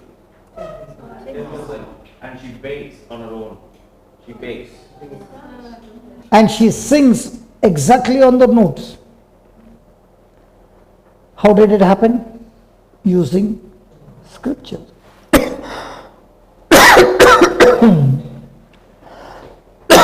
Now, if this mama had not to continue in the word, would she get healed? We need some orange sticks. Yeah, that's enough for just a second.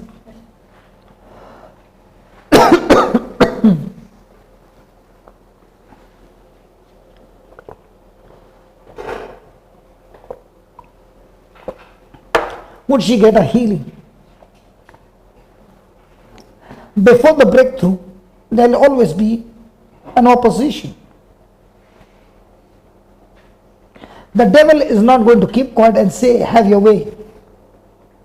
He is going to come after you to prove to you that this doesn't work. And the real mark is continue. Now let me give you an example. I was in Africa and I came out of Africa and I reached another country, and there I got fever. So they did my blood test and they said, you got malaria of the harsh kind. Do you know what's malaria? Do you know? When they go, they get the vaccination. Okay. So this is from Africa. And when you go to Google, it says if a person doesn't take medicine in 4 days, he's dead. So the doctor who saw said that you are grounded for 25 days and you are in isolation. And I said to the doctor in that country that I have to leave in 2 days because I want to go to the other place to preach. And she said, you're gone crazy.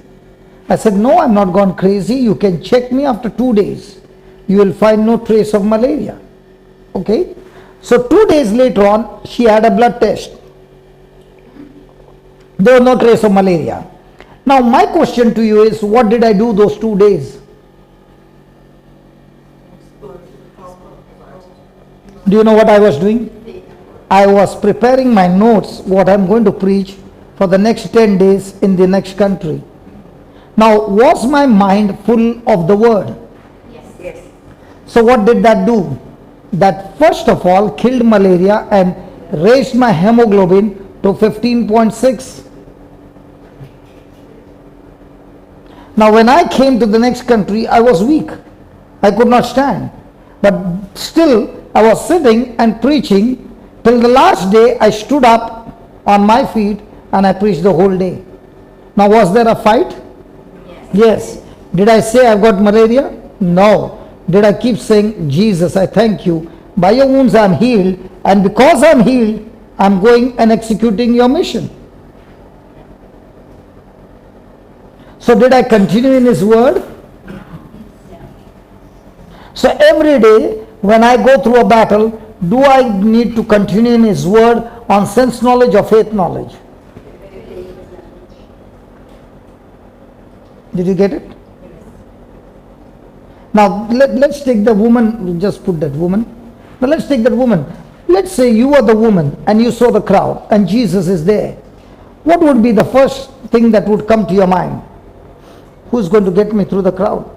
Oh my God, how will I go through? Second, what if somebody recognizes me and they know that I'm having a bleeding problem? Do you know what would that mean? According to the law, she'll be stoned to death in public. She cannot touch anybody. That person becomes unclean. Do you understand? She was actually facing death any moment. But did any of those things stop her from continuing in the word that she heard? That's why, for she said, if I touch his clothes, I shall be made well. Now she went and touched Jesus' garment. Now my question to you is, were there others who are touching Jesus? The crowd touching Jesus? Yes. Did the power flow into them? Why not? So that means she was growing worse. Just put that. She was growing worse. Now here is the wire. I can touch this wire. There's electric power flowing. But the coating is with insulation. Bad conductor. Even if I touch, nothing happens. But what if I have to peel and open the copper and now touch? Will I get the current? In the same way the Lord says, the one who continues in my word, even though all his life he has been a bad conductor, by opening his mouth and speaking, the first thing that happens is he changes from bad conductor to good conductor, and that's why when he's touching Jesus, now the power flows from his body into his body and the person is healed. Now among the crowd, were there anybody saying, if I touch his garment I shall be healed? No. They came to see what's happening. The disciples themselves were touching Jesus, but the power did not flow. So your good conductor or bad conductor, is it permanent or it can switch off any moment? Are you following? The spiritual world is not fixed. You can shift from this kingdom to the other kingdom in a matter of a second. If you switch off faith, fear gets activated. You switch off fear, faith gets activated.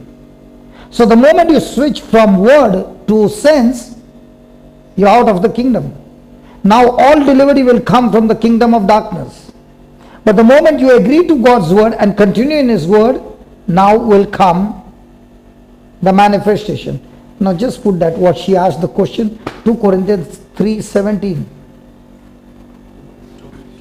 2 Corinthians 3:17.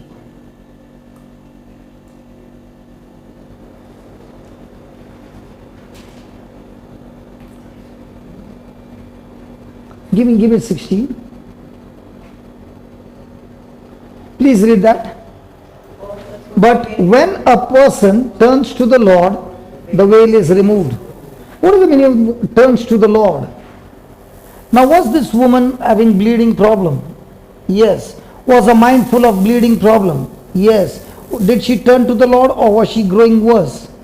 She was growing worse. When she heard about Jesus, did she renew her mind? Did she change her thinking? Did she repent? Now when she repented, now whose job is to take the veil off? The Holy Spirit. So even though I don't understand in the beginning, but if I just follow the instruction and start saying, Lord Jesus, your word says, say when I'm weak, I'm strong. Let the sick say I'm healthy. Let the poor say I'm rich. I don't understand, Lord, but I will just follow your instruction, what you told me. So I am strong in the name of Jesus. I am strong in the name of Jesus. I am strong in the name of Jesus. I am strong in the name of Jesus. I am strong in the name of Jesus. Now, have I started to follow his instruction? So who is now going to take that word and get into action? Holy Spirit. What will he do? He will get this veil out. What is this veil? This veil is what is blinding me from knowing the truth. And when the veil is removed, the Bible says, now the Lord is the Spirit, and where the Lord is, where the Spirit of the Lord is, there is freedom. So, did this woman get freedom from unbelief?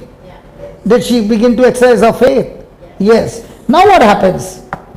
Just turn it. All of us, with, so who are these people? These people are those who were once upon a time on sense knowledge, but now they began to continue in the word. So the word has removed, the Spirit of God has removed the veil that was blinding them, and now they are seeing what? So who are the people who see the glory of God? The ones who have unveiled faces. The seeing the glory of God where? As through reflected in a mirror. Now, what is that mirror? Chris, I'm 100% sure today you saw your face in the mirror. How am I so sure? You put makeup? Because it's clean. It's clean means? Otherwise it's dirty? No, when Because you are clean shaved. well, yesterday. So why did you use a mirror while shaving?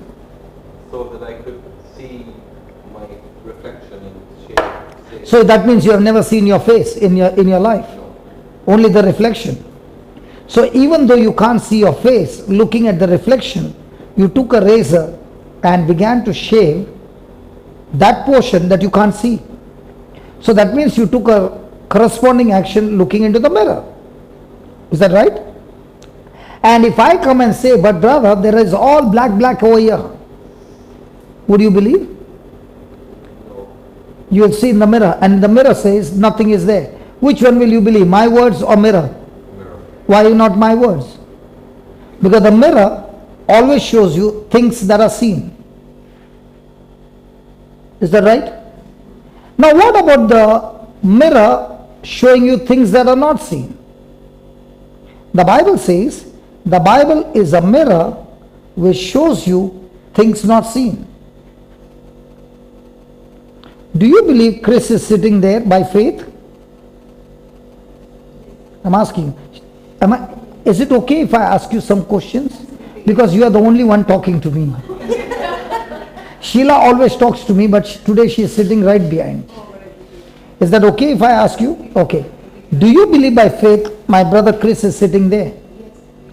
Do you need faith, or will you say, brother, I don't need faith, I can see him, and that's why I know he's sitting there?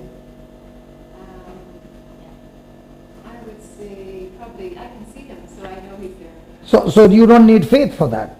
No, But do you believe Jesus is sitting next to you? he's everywhere. I'm asking you, do you believe Jesus is sitting next to you? I can't see him physically, but you know, Jesus is in everybody in the room, so How do you know? I just believe How did you get that belief? it's in my faith. And where did you get that faith from? From my parents and grandparents. If the grandparents had taught you wrong, then your faith will be wrong. So which one would be better? Getting faith from the Creator or getting faith from your grandparents? Getting faith from the Creator. So the Creator has given us a mirror called the Bible, where He said, where 2 or 3 are gathered in my name, I am in your midst. Now do you need to see Jesus, or do you need to believe what He said? Just to believe. Are you following? Yes. Now what happens when you are in the washroom? Are you with somebody or alone? It depends. Usually alone. You are alone, having shower. Okay. Yes, you are alone. So that means Jesus is not with you, because He said, where 2 or 3 are gathered. But He also said, I will never leave you nor forsake you. I am with you till the end of time. So is Jesus always with you? How do you know? Because He said. So now your belief about Jesus is based on, you felt your hair standing, that's why He's there, or He said. He said, Are you following? So He is saying, all of us with unveiled face means I am no longer on sense, I am on word knowledge, seeing the glory of God as through reflected in a mirror. So, how do I know Jesus is here? Because he said, he will never leave me. How many of you believe that Satan is here? Look. How many of them are saying? How many of you believe Satan is here? None. Very good. Sheila, you are the only one saying how can you are hurting this sister. First of all, she invited us and you are saying Satan is here. He's always around. The Bible doesn't say that he is always around. The Bible says whenever the word is preached, he comes at once. So is he here? Yes. Because Jesus said he comes to take the seed away. So now, every belief that I have is based on my feeling of the mirror. If you don't see into the mirror, then you will get deceived. So he's saying, with unveiled face, means what? I used to live by my sense knowledge, but now looking into the mirror, I have changed from sense knowledge to word knowledge, and therefore we are being transformed into the same image from one degree of glory to another. I am the same person who used to be a psychiatric patient. I am the same person with fear. I am the same person who could not take bath with the door closed. I am the same person who was in the club life. I was the same person who was in the gang fight. I am the same person who was in business. I was the same person. But when I started looking into the mirror and take my corresponding action, one day at a time, things began to change. And today when I look at my life, I can't believe from where to where the Lord has done the job. And who did the job? Just put it down. Just put it down. Who did the job? When I turned to the Lord, means what? When I began to agree to the Lord, the Spirit of God took off the veil. He began to teach me the things of the kingdom of God. And once he began to teach me the kingdom of God and the principles, now I know just as I put my gear, it has to go in that direction. Why? Because the Spirit of God brings liberty, brings freedom. So what am I supposed to do? Open my mouth and speak my faith. And what was the Holy Spirit's job? To get it executed. How do you open your mouth and speak? Looking into the mirror. And what is the mirror going to do? It's going to transform me to become like Jesus. There were times when I remember the first time when I was doing the work of the Lord, and a person came and said, how can you do this? Who has given you the authority? Who has given you the permission? I took him to the side and said, do you know from where I come? Your parents, your wife, your family will not even get your dead body. Don't mess with me. I'll finish you tonight. Because I come from that category. And when I did that, he nearly, the way I spoke, you saw the crowd? So I was speaking in that language to him. He got so scared, he nearly pissed. Right? From that day on, he never came anywhere close to me. And I said, God, what a wonderful time now it is. I can use to fix people. Praise God. And I can do the job. And he said, no, that's not right. If you use that application, you have no place in me. So I said, what do you mean? He said, now they are supposed to bash you up. And when they bash you up, all that you have to say is, I still love you. Now where did I learn that? In the mirror. What if you're saying all the prayers and there's no manifestation? Sorry? What if you are saying all the prayers and saying the words and there's no manifestation? You still keep saying that You just word of God, but there is no manifestation. Who told you there is no manifestation? The manifestation doesn't take place the moment you say in the external, like Jesus spoke to the fig tree. Okay? Did the tree die from the root? Yes. Could Jesus see the root?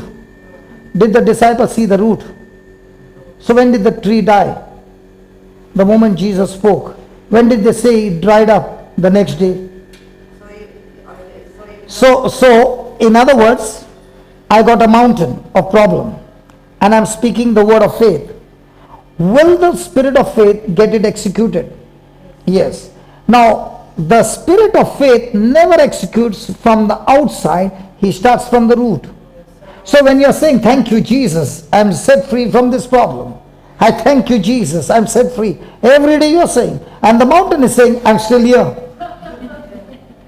But you don't understand the words that you're saying is eating up the problem from within. And as you continue to say, it goes on eating and eating till a day comes, it has eaten up from inside completely, and there's a shell, and one morning when you get up, you see the shell is gone. I heard a testimony that blessed me so much. This was a pastor who was preaching on faith. And he was excellent in the faith principles, and he was preaching, and more people came from far and wide because they began to understand the principles of faith. They were applying that, and they could see result. In no time the church was full, so he extended the church. That got full, and he extended, and every time he extended, he took a part of the parking lot. So those who were elders were very angry with this pastor and said, this is too bad. So he said, okay, let's not fight, let's pray to God, and let's speak by faith that the mountain behind, Jesus said you can speak to the mountain and it shall move. There's a mountain behind. So he said, all those who got faith, please come on Wednesday, and we are going to move the mountain. Only those who got faith. Others don't come for this prayer. So the church was packed, and he began to pray. Promises after promises, thanking God that the mountain had moved. And then he said, praise God, next week come and park your car in Jesus' name. Now when he said that, some of them went behind to see the mountain was still there. Hallelujah. Praise God. Sunday service, they were all thanking God, and the priest and this pastor was still thanking God. On Monday morning, he was sitting there and he said, Lord, I have done everything that you told me to do. I spoke faith, I did this, and I don't know how. Say that, don't know how. Say that. Say that, I don't know how. Say that again. Say that again. Last time. That's the biggest key for faith. Give me Mark chapter 4, verse number 26.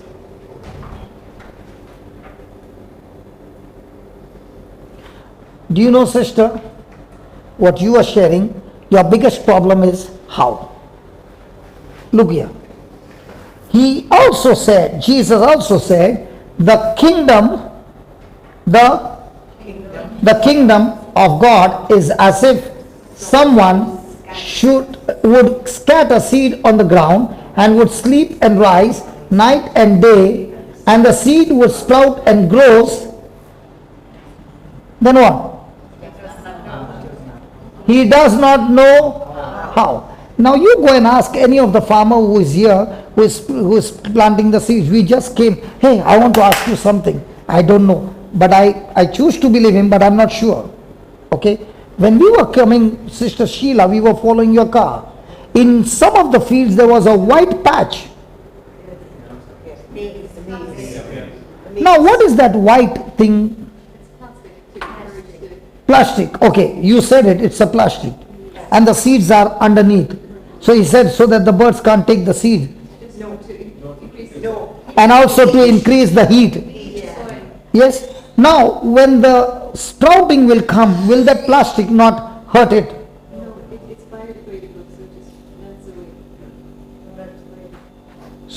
Sorry? It's biodegradable, so it will disintegrate with the power of the sun and the water. No, but what about the sprouting will happen within 3 or 4 days? It comes through. You mean to say that that thing will pass through the plastic? Yes. There's a little hole in the plastic. Because the plastic is laid and the seeder puts in the seed, punching a hole through the plastic, and the seed is under the ground yet. Hey, come on. He gave me incomplete information. Come on. Sure. No. Tell me the right thing.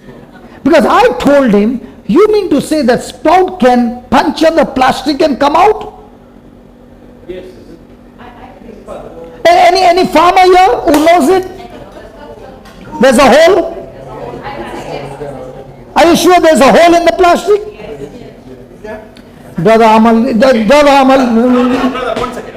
Is the hole is so big enough for the sprout to come out, or is it a very tiny hole because you are only pushing the seed inside? Or is it as big as the sprout that comes out? I didn't actually know that I thought it's gross. So you say that's a hole there to put the seed inside, to plant the seed inside. Do you all plant that? I got an actual planter. Okay. Let me ask the planter. Now when you plant the seed, do you plant from top of the plastic or you plant the seed through the plastic? So you make a hole and plant it there.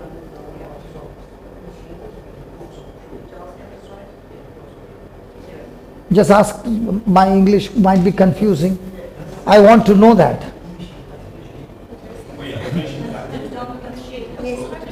It's bigger and bigger, so it is bursting out through the plastic. It's biodegradable.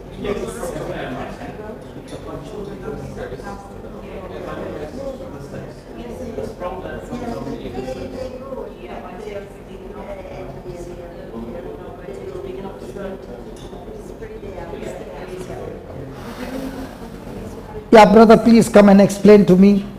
Because I had a question and I said, I am not going to take it till I get it from a farmer's mouth.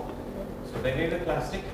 Okay, say that slowly. They lay the plastic, First they lay the plastic and then the machine punches the seed inside through the through hole the hole. and the seed. Seed comes out through the hole. But how does the seed find the hole? The hole and the seed are at the same time. Come on, but there is a gap. But there's a gap. It finds its way through that hole. Do you know how it works? Do you know how the seed sprouts? Do you know how the seed has life? No. Do you know how the seed got life in it? So when you see the seed, can you see the life inside?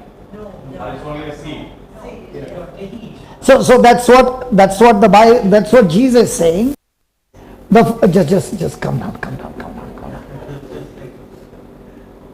The kingdom of God is as if someone should scatter seed on the ground. Is that clear? And would sleep.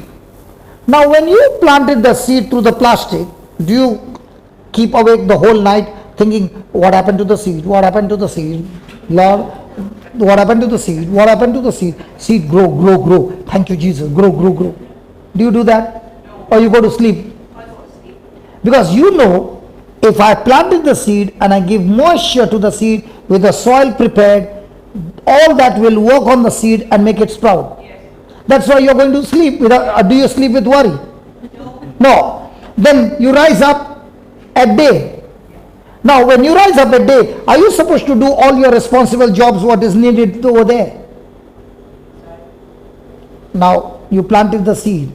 Does that mean after that there is no labor at all till harvest? They don't work anything. Yes, in maize it is like that. Your country, there is rain all the time. In my country, it's not there. They have to start the generator, pump the water. Oh God, Jesus, where did I ask, Lord? In which country am I asking? Okay, do you put this thing, insecticides? Do you use insecticide? Thank God you are doing something. And fertilizer. And fertilizer. Okay, do you put fertilizer? So, when do you do that? At night or during the day? It goes in with the crowd.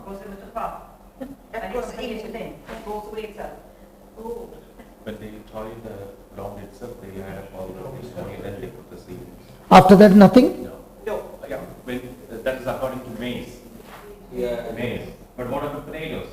yeah, there are a lot of different things. They're sprayed. They are straight. So, something you are doing right and you are doing that at night or during the day? Okay. And then the seed would sprout and grow. Now, in the same way, When you continue in the word, that is a seed.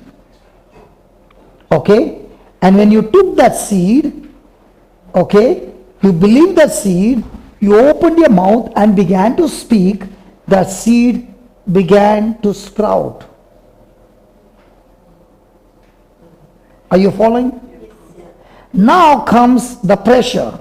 Now when the pressure comes, did that woman who heard about Jesus change her words? Even though she saw the crowd. Even though there was nobody to take her. Everything was against her. But did she change her words? So did she continue? So when a person continues in the word, the seed will sprout, grow, and then first the stalk, the head, and then the full grain of the head. So how does the kingdom of God work?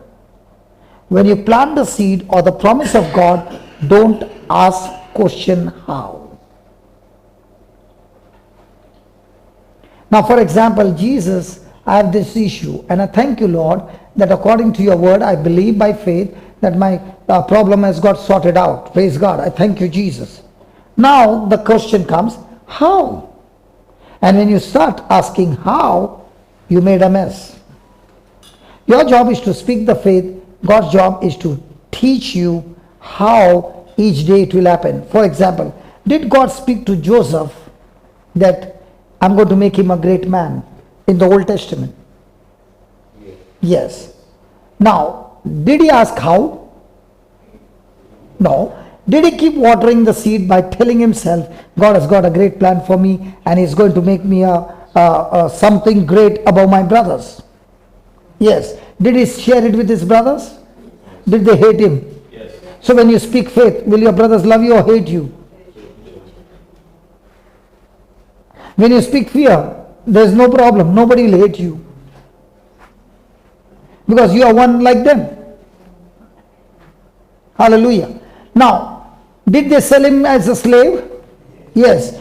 When they sold him as a slave, does that look like he will ever be a great man? Once a slave would die a slave. But did that change Joseph's words?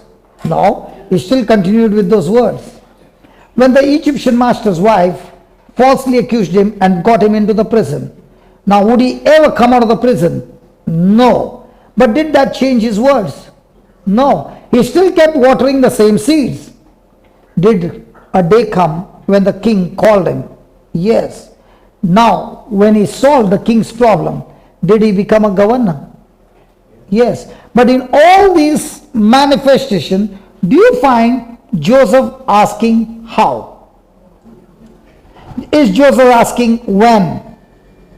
Is he asking where? Is he asking who? Is he asking which? He's not asking any question. What is his job? Water the seed. How do you water the seed? Thank you, Lord. This is your promise. I believe it, Lord, and I thank you that I am exercising my faith on the seed and I'm doing everything possible corresponding in my action in Jesus' name. Now will it come to pass?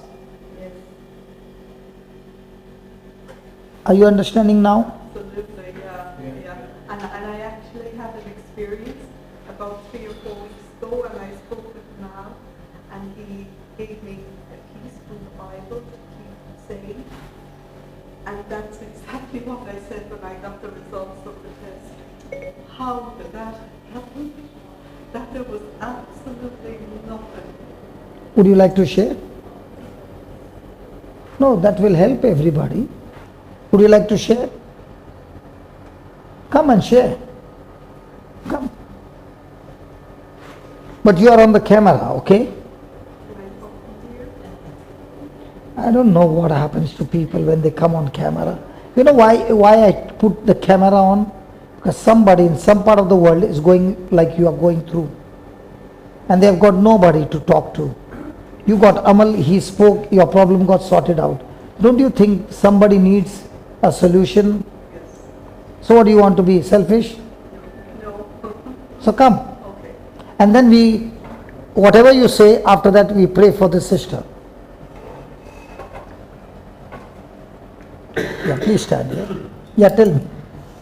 A couple of weeks ago, A couple of weeks ago, tell them. a couple of weeks ago, I had a gynecological problem, and I was very fearful because the time of life, and a hemorrhage is not a very good thing to have. So I went to a mal, and a mal gave me a beautiful piece of scripture, which Can you said, tell me what is it? "The Spirit of the Lord is upon me. God himself has anointed me. He has filled me with his love, and he has set me free." He has set me free, or he Has- will set me No, free? he has set me free. He did not say he will, No, but you had a Yes. problem. How can you say you are set free? because I believed it, So he spoke not what you have, he spoke the faith. the faith. And he said, he has set you free. He has set Okay, me then, free. then, And he also said, "Spirit of fear," because I was fearful. Even though I believed, there was still a spirit of fear. okay. So what did he say for He that? said, "Spirit of fear, spirit of fear, go now." Was it, or sorry, I'm the body of Christ. I am the body of Christ. You have no right. Spirit, Satan, you have no power, Yeah. no place in me. Me. Fear, you have no power, no place in me. Okay, Yes. then what happened? So I kept saying it, and I had to go for You tests. kept saying it. Yes, I kept Weren't you saying it. tired saying it? No, Wasn't it looking boring no, no, no. It But you wasn't. kept saying it I kept saying throughout the day, throughout the day, throughout the days. throughout the days? Days. Isn't it yes. foolish to keep saying, No, it was my hope. okay, you kept saying, okay, then Yes, what happened? Yes. What happened was I had the tests done, and I was waiting for results. And the gynecologist held the report you always speak about, and I could say,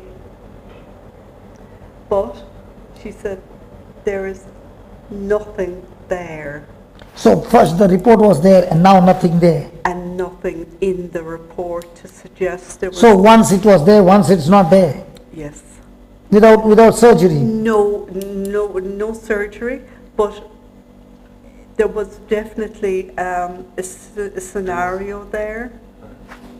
There were symptoms Yes. which were suggestive of some grave disorder inside her body. So, under which the medical personalities asked her to go for this scan. So, when these symptoms were there, which were suggestive of some grave disease, that is the time she began to recite the word of God. And then she went for the scan. Scan. By the time she went for the scan, what was there was killed completely. Whatever was the reason, the scan report came, everything is perfect for her. Perfect. And whatever was disorder was put That to also the... stopped. Stop. Yes, absolutely. Yes. And then I asked, how? How did that happen? Thank God, thank God, listen, thank God you asked how Yes. after the result came. Yes. If you had to ask before, you would have gone into depression. Yes, absolutely. Because when a person is believing on sense knowledge, the first thing comes, by speaking words, how can physical things change?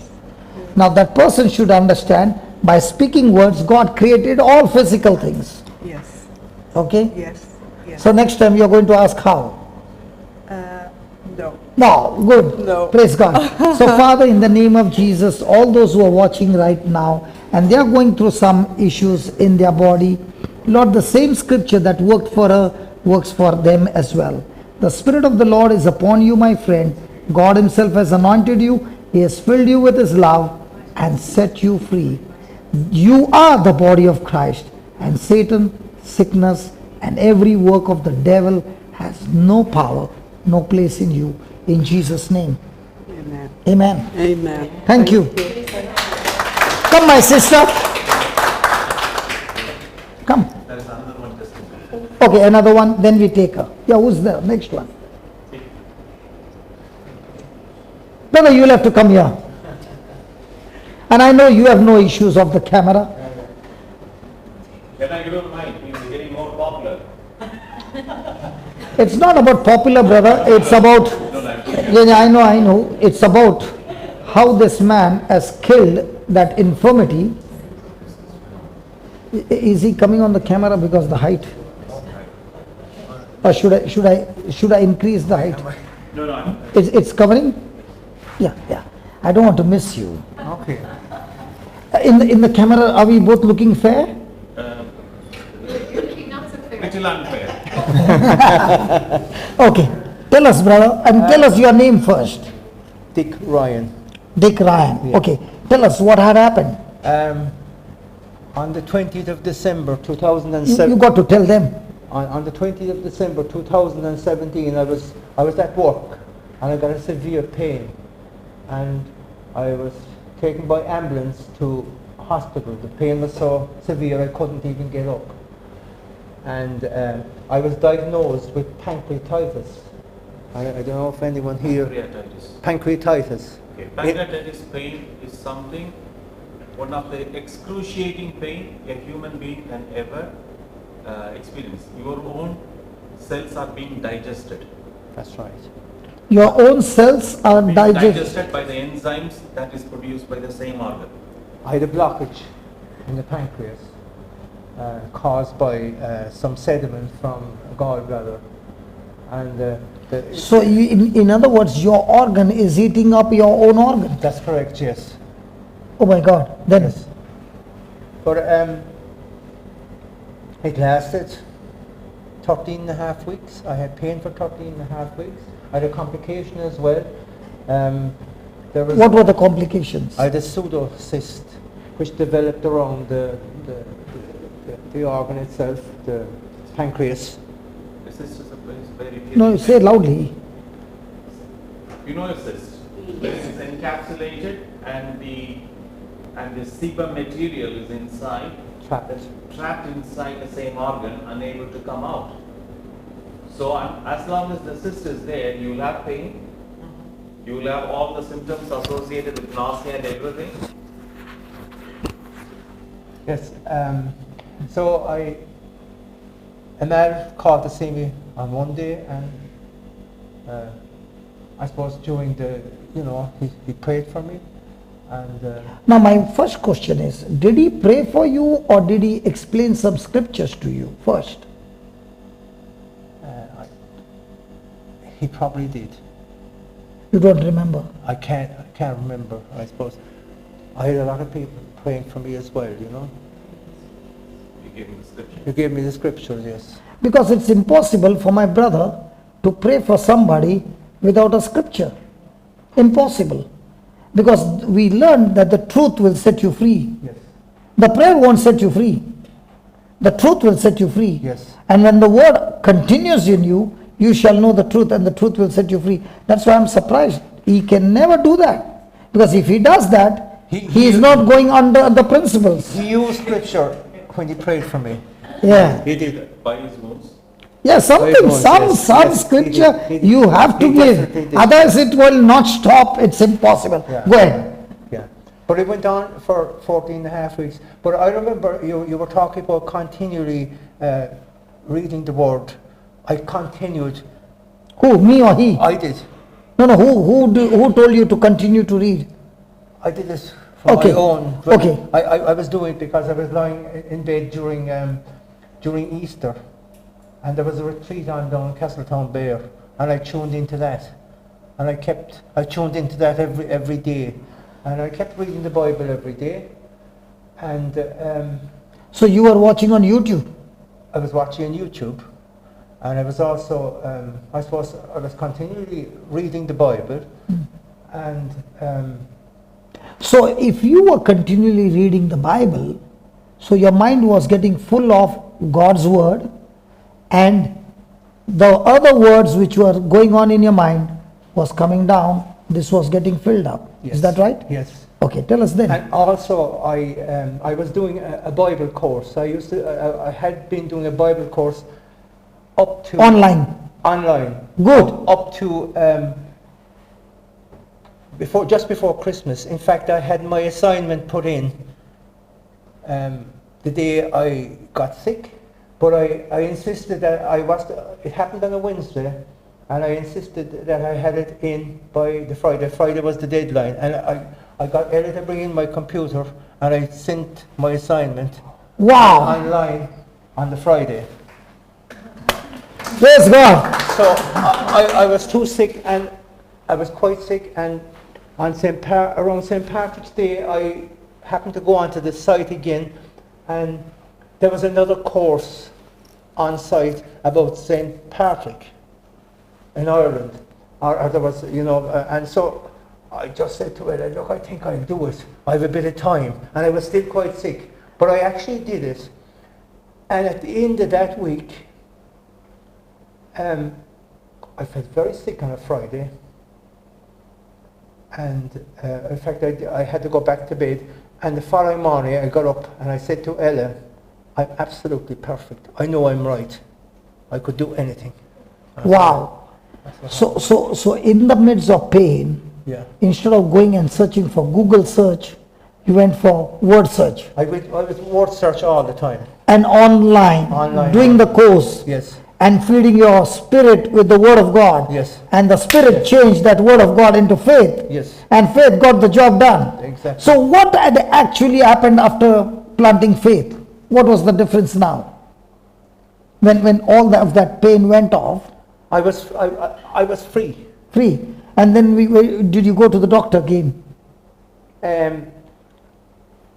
I did. I had another operation actually to remove the gallbladder, because that was the cause. Okay. And I had that, and I went into that operation, and I went through it. I absolutely felt nothing. It was perfect. I came out through it without any pain or anything. So that is the time, it's a complicated operation, and Nick's one of her own daughter is a doctor. Two operations actually. So he's not talking about complicated operation. It's a complicated operation, Okay. and his own daughter is a doctor, Okay. is that right?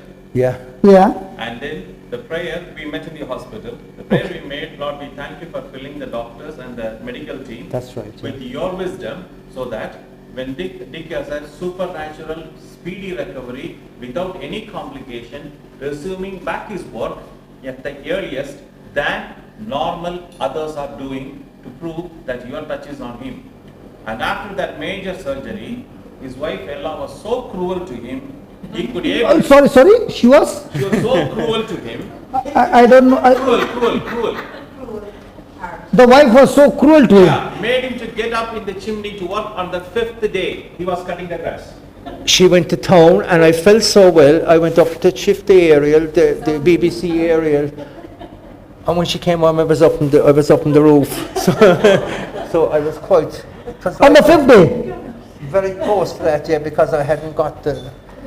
And no complication. Praise No God. complication afterwards. No complication. It just So my question to you is, normally when a person is going through sickness, how many of them will think of making online Bible course?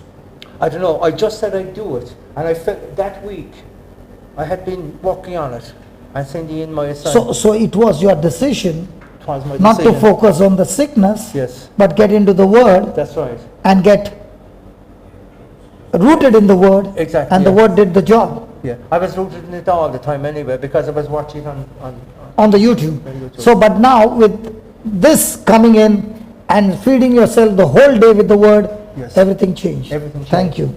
Thank you. Now, let's make a prayer. Loving Father, can you make a prayer for all those who are watching now and for all of us? I thank you, Jesus, for what you have done for me, and I hope this will be an inspiration for any of you out there with pancreatic pain and Or any pain. for any pain. I thank you, dear Jesus. I thank you, dear Jesus.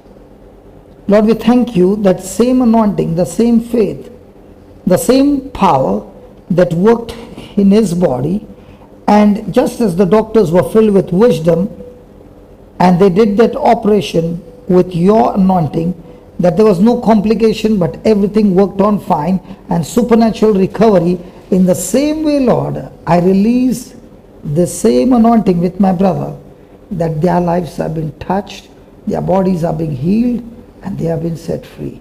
And just as my brother said, The previous night he had such a pain that he had to go to sleep.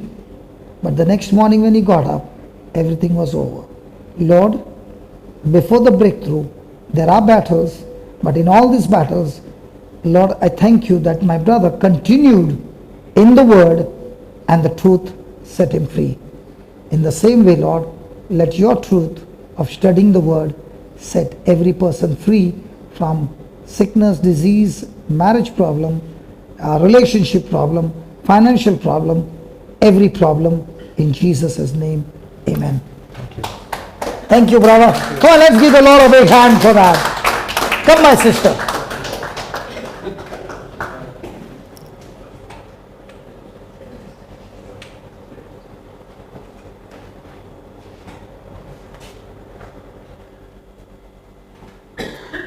Please come. You are on camera, is that okay? Yeah. Okay. Now tell me what has happened to you. 25 years I'm suffering with fibromyalgia. What's that? Just go one step at a time. Yeah, what's that? Extreme tightness all over the muscle, pain all over the muscles, all over your body. Okay, pain all over the muscles. It's connected to muscles. Okay, second.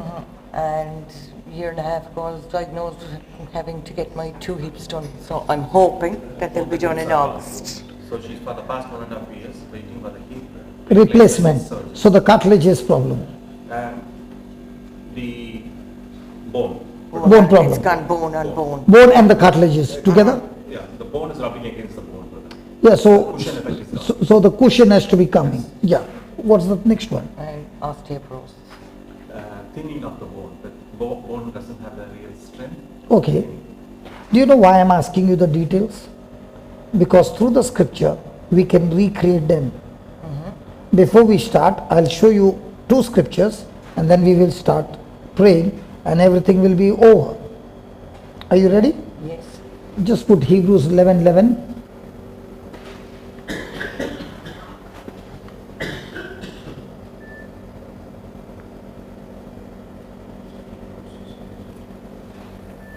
By faith, He received power of procreation, even though he was too old and Sarah herself was barren, because he considered him faithful, who had promised.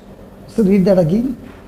By faith he received power of procreation. Now, Sarah's womb was dead. She was 90. She cannot reproduce children. But the Bible says by faith, he received and Sarah's womb received power to recreate the organs even though he was too old and Sarah herself was barren. Why? Because Considered him. who is this him? God.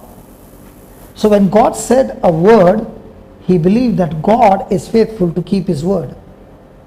And that faithfulness of God, because he agreed. Now can a person agree at 100 and at 90 get a child? Is it possible? At 100? And the woman at 90? I'm asking you. Anything is possible, I suppose. I'm saying, using your mind. Have you ever heard a woman at 90? No. Pregnant? No, I'm asking you. No. No. No. But did they consider God or did they consider their body? God, I suppose. Yes. So in the same way, now here is a situation where you know what the doctor said, you know the pain, you know everything. Okay. Just can you put one chair, brother?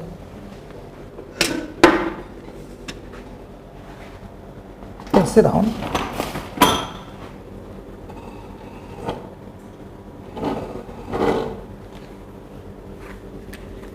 Relax. Yeah, is she on the camera? Because I don't want to miss this miracle.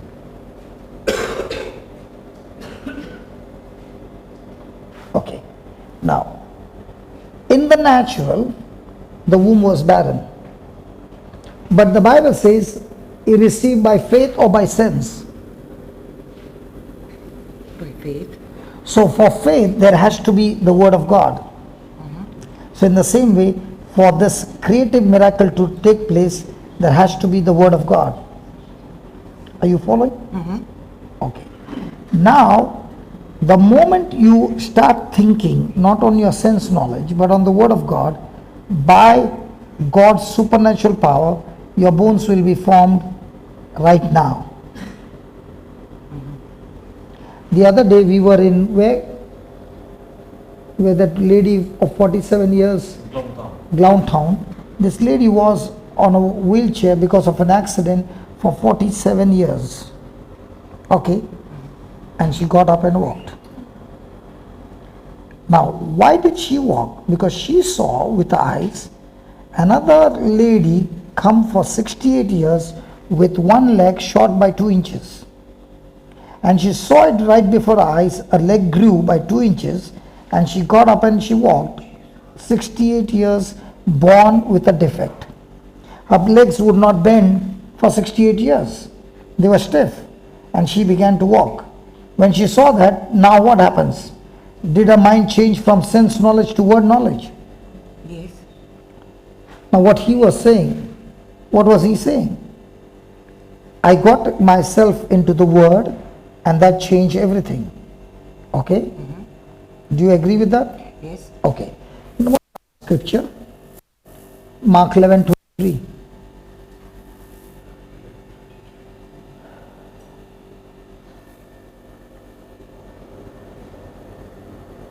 Please read that. Truly I tell you, if you say to this mountain, Pause. If you say to this mountain, did he say if you pray about this mountain?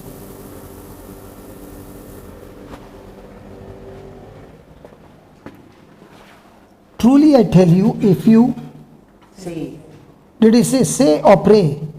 say, Say or pray about this mountain. Say. All this time what have you been doing? Saying or praying? praying. So did Jesus say pray or say? Where it says say, So what do you say to this mountain? Be taken up and thrown into the sea. And if you do not doubt in your heart, but believe that what you say will come to pass, it will be done for you. Now all this time what were you saying? About the mountain, about your problems. And the Bible says, but believe that what you say will come to pass, it will be done for you. Put that King James.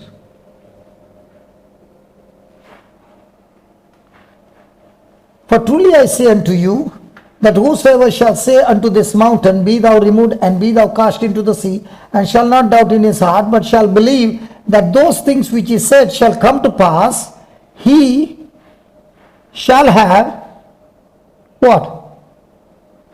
He shall have. faith, No, read this. He shall have.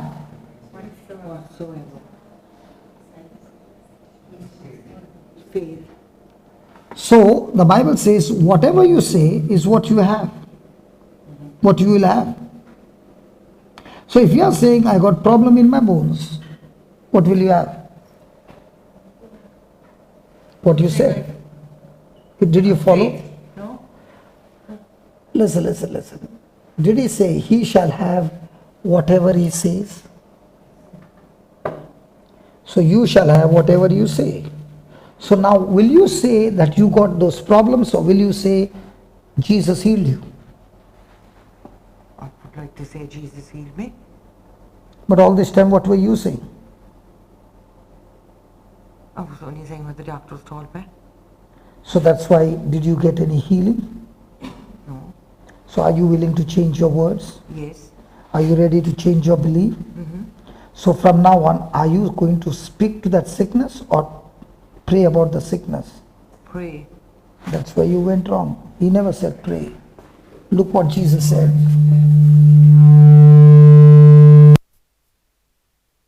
The speaker. No. Praise the Lord. Hallelujah. I changed the direction, it wouldn't make. If I change the direction, it will make sound. Praise God. Now, do I know the applications? If I turn the speaker this side, it will make sound. If I turn it reverse, it won't make any sound. Because I know. In the same way, I also know, just put it up. Jesus said, whosoever, he never said the preacher. It's you, everyone, shall say unto this mountain, not pray about the mountain. Talk to the mountain. And what will you talk? With authority, be thou removed and be thou cast into the sea, and shall not doubt in his heart, but shall believe that those things which he said shall come to pass. Now what are you saying? You are saying what the doctor said, and that's why he's saying whatever you said, the doctor said, shall come to pass. But if you say what Jesus said, then what Jesus said will come to pass. So do you want to say what doctor said or what Jesus said? Jesus said. Good. So are you ready to change? Yes. Okay. Give me a hand. Close your eyes and say this. Lord Jesus, Lord Jesus, I thank you for teaching me the truth. I thank you for teaching me the truth. You said, You said, if I continue in your word, if I continue in your word, I shall know the truth, I shall know the truth, and the truth will set me free. and the truth will set me free. Today, Today, I learned I learned that I should not say that I should not say what I see, what I see, but shall say but shall say what I want to see. what I want to see.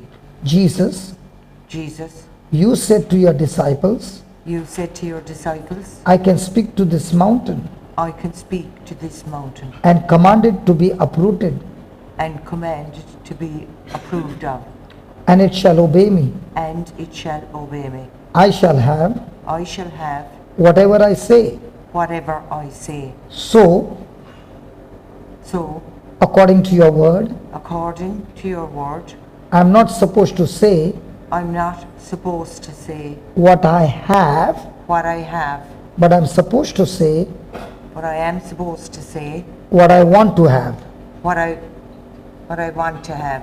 Lord Jesus, Lord Jesus, please forgive me please forgive me and destroy the words and destroy the words all these years all these years I have been saying I've been saying what I have, what I have, never said never said what I want to have. what I want to have. But right now, But right now, I exercise my faith, I exercise my faith, and therefore, and therefore, believing in your word, believing in your word, like Abraham and Sarah, like Abraham and Sarah, did not consider themselves, do not consider themselves, but considered you but considered you faithful to your word. faithful to your word. They received power. They received power. Lord Jesus, Lord Jesus, in your name, in your name, I am talking to the spirit of infirmity, I am talking to the spirit of infirmity, sickness and disease sickness and disease that has caused this damage that has caused this damage in my body. in my body. I am talking to you. I am talking to you. I bind you.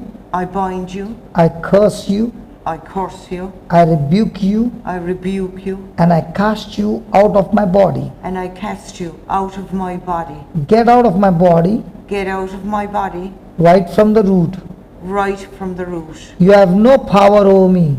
You have no power over me. Lord Jesus, Lord Jesus, I believe with all my heart. I believe with all my heart. I do not doubt in my heart, I do not doubt in my heart but I believe what I believe.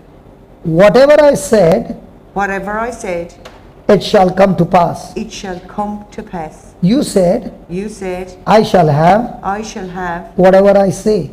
only what I say. So Father God, So, So, Father God, Father God, in the name of Jesus, in the name of Jesus, I speak to my muscles, I speak to my muscles, all my muscles. all my muscles. I'm talking to you. I am talking to you. In the name of Jesus, In the name of Jesus, receive life now. receive life now. I said, receive life now.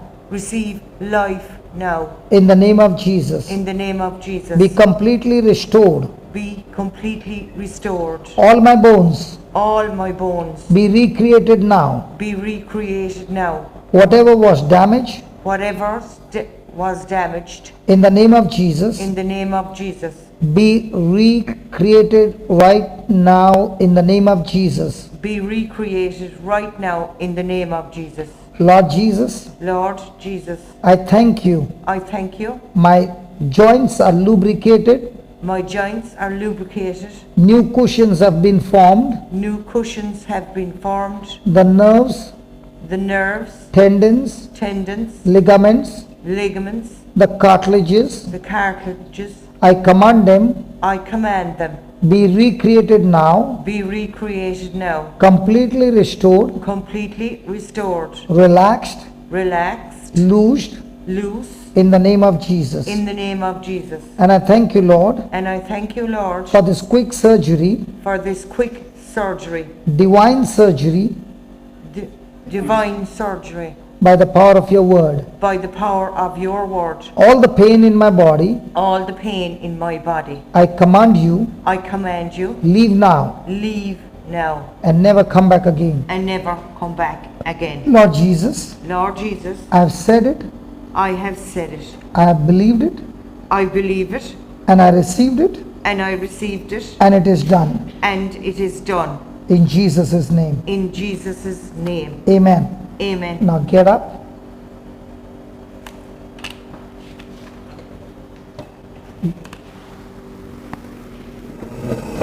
Leave that.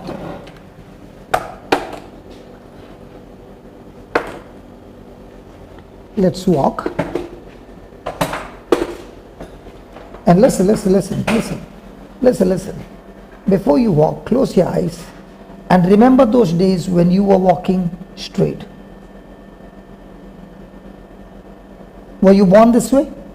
No. No. So close your eyes. Remember those days when you were walking without pain. Can you remember them? Yes. Huh? Now when you take the step, think on that, how you were when you were healthy, and take that first step with that faith and say, thank you, Jesus. Go ahead. Thank you, Jesus. Keep walking. Keep walking and walk straight now. All the pain has left you. Come on. Keep walking straight. Yeah, go ahead. Soldier.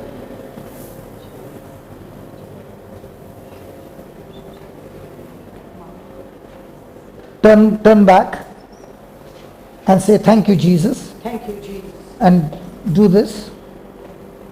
Keep doing it and say, thank you, Jesus. Thank you, Jesus. I've got my new bones. I've got my new bones. My hip is healed My hips are healed, and I am restored. and I am restored. Now walk again. Is the pain there? Just keep it on the right. Was she walking like that? Hello, I'm asking you. Were you walking like that with the crutches? Oh, no. How are you walking now? I am? Yes, I am. The surgery is over. You came with 2 sticks. Where are those 2 sticks? They're yours. So now I've got to call you as well. Because I saw somebody with 2 sticks. It wasn't me. I'm the one.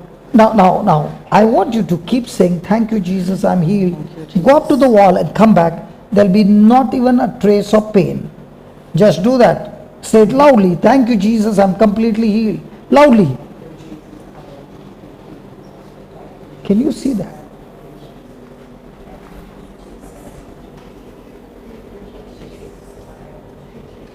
Who could say that she came with the crutches? Did you see her coming out of the seat?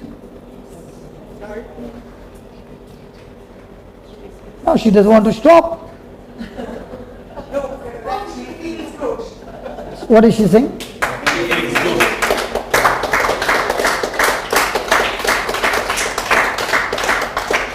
Did you see your knees have become straight now?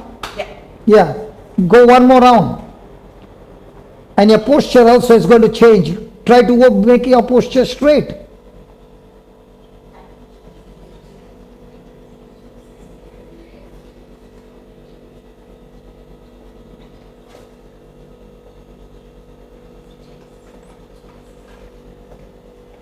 Now if somebody has to ask you, what will you say?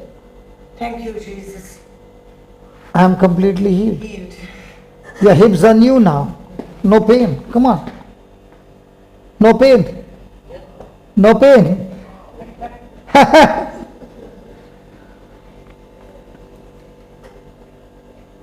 Now do you know why I love my job so much? Every day I see the Lord doing amazing thing in people's life. What a joy to see a person walk in and walk out so different. How many years you suffered? Over 25 years with pain from the five of my ankle. 25 years. A year and a half with the hip. So, And now there's no pain. no, not at the moment. Thank God. Thank you, Jesus. What do you mean not at the moment? The Lord has removed it.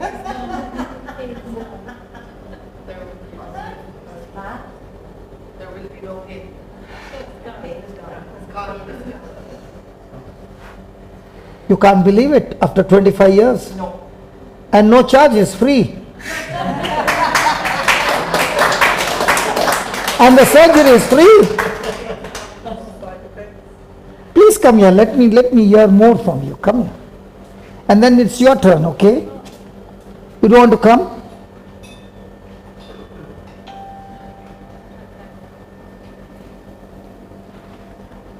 I'm just still a bit shocked, like this. You're shocked with what? You got electric shock. That's the Holy Spirit shock. After 25 years. No, you don't have to hold it anymore. Father, as she keeps speaking every day, by the wounds of Jesus I'm healed. Lord, this back which is bent, Lord, I speak to it, become straight. Straight, yes, straight. I command this bones, spine, become straight. Yes, more straight. Yes, more straight. Come on, come on, come on. All the bones, go in, go in. Lord, the Bible says the woman had a bent back for 18 years, and you said to the woman, you are loosed. I command these bones be loosed. Loosed. Come on, loosed. Come on, loosed. In the name of Jesus, loosed. Loosed. Can you see the posture changing? Come on, come on. Thank you, Jesus. Thank you, Jesus. Thank you, Jesus. She is completely loosed. Loosed. Loosed. All the bones be aligned now. Come on, come on. Be adjusted now. I speak, Lord, her bones are aligned. Jesus, your bones were out of joint, and by that pain, her bones are completely healed. I thank you and praise you in Jesus' name. Amen. Now, I'm going to give you, listen, I'm going to give you some words, and you have to say it every day as a medicine, and say it like Brother Dick did, day and night. So are you going to be a good farmer? Yes. Yes. God bless you. Thank you, Lord. So loving Father, all those who are looking for hip replacement, knee problem, bone problem, or whatever, Lord, the miracle that you did right now, the same miracle happens there in Jesus' name. My friend, receive the same anointing as you're watching this video. Receive the same power flowing, and look, the posture is changing even now. Even now it's getting straightened and straightened and straightened by the power of the Holy Spirit. I thank you, Lord. I thank you, Lord. I thank you, Lord. Oh, Jesus, I thank you. Your back, which is bent, is becoming straight right now in the name of Jesus. I command it, just as Jesus said, speak to the mountain. I speak to that mountain. Be gone out of you. That infirmity, be gone out of you, and be completely healed, restored in Jesus' name. Amen. Amen. Thank you, Lord. You don't need that. We will take it. We'll do a cargo sale. What we'll do? Second and sale and we'll take it. You're not willing to give up that? No. You want that? I don't actually own it. Someone else gave it to me, so I have to give it back to them. Okay, we will return it to them. We will do the delivery, don't worry. We will deliver it, don't worry, trust us. What do you say?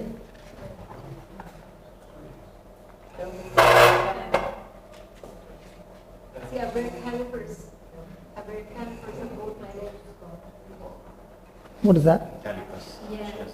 Eight Braces. What is the reason? Because I had MS for 20 years and I had an aneurysm 3 years ago and I was in rehab for 10 weeks and they gave me but without them I can't walk. I mean I can't. 2 minutes.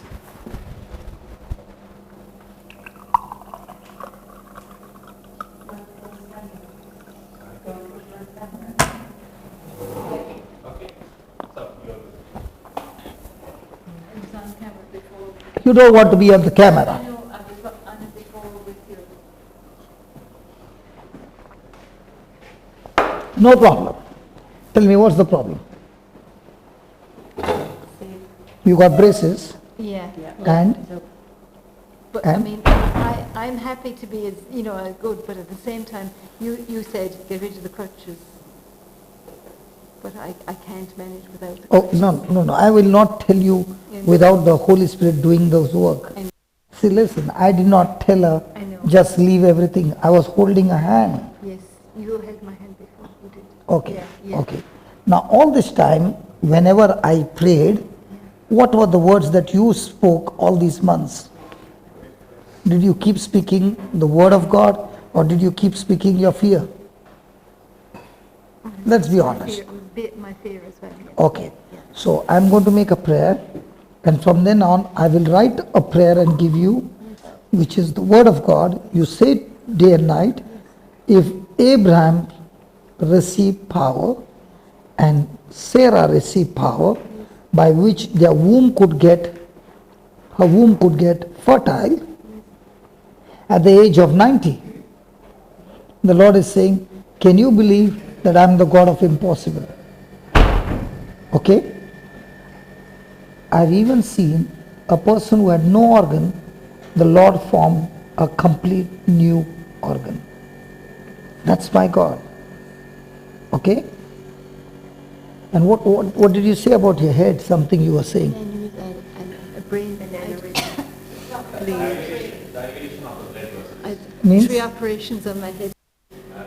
Like you say, for example, in a cyclic tire, you small cap can see bubble like Oh no, on So, my head. sorry? Yeah. rupture very No. In the cycle. few. Sometimes you see a small opening, the tube, when you put more pressure, only that alone. Yeah, the pressure means that becomes. Yeah. That is the soft part, which. Yes. Same Yeah, way. I nearly died. I really nearly died. It's Blood a vessels miracle. are like that. Even now. Oh no, I'm okay. Yeah. It was okay. It's Yeah. operated. Well, I have But it happened 3 times? operations. I have 3. Okay. They're there. They have- Loving Father, I do not know everything, but you know it all. And this sister has gone through terrible pain and terrible sufferings. But Lord, your word says faith moves mountains. And in the name of Jesus, Father, I speak to the spirit of infirmity that has caused this infirmity in our body. Lord, the same Holy Spirit that raised you from the dead, the same Holy Spirit who raised Lazarus from the dead, Father, you are the creator and you have given us the power to recreate by using your word that brings faith. So I speak according to the word. In Romans 4:17, the Bible says, you are the God who gives life to the dead. So I speak to all those tissues, cells, organs, whatever which is good and has got damage or gone dead. I speak life, because Jesus, you came to give life in abundance. And all those things that is causing sickness and taking charge over the body, against the body, I command the killer cells to increase the immunity of a body and destroy every sickness and disease and anything that is coming against her completely in the name of Jesus. I speak to her legs to be strengthened, and not only the physical healing, but I speak, O Lord, healing in every area of her life, every area of her life. Faith, O Lord, as the word says, let the weak say, I am strong. In the same way, her words are, my legs are strong, my legs are healthy, her whole anointed, blessed, set free, highly favored by God, nothing broken, nothing missing in her life, in the name of Jesus. And we thank you and we praise you, Lord, for this great creative miracle. In Jesus' name, amen. Thank you so much. Thank you. Praise the Lord. Praise the Lord. Hallelujah. Hallelujah. Thank you, Jesus. Thank you, Jesus. I am told by my brother Amal, my time is up. But I thank God that we learned something. Okay. Can Amal give me 5 minutes more? Because I want you to write another 5 sentences of what we experienced now. Is that okay? Yes, that's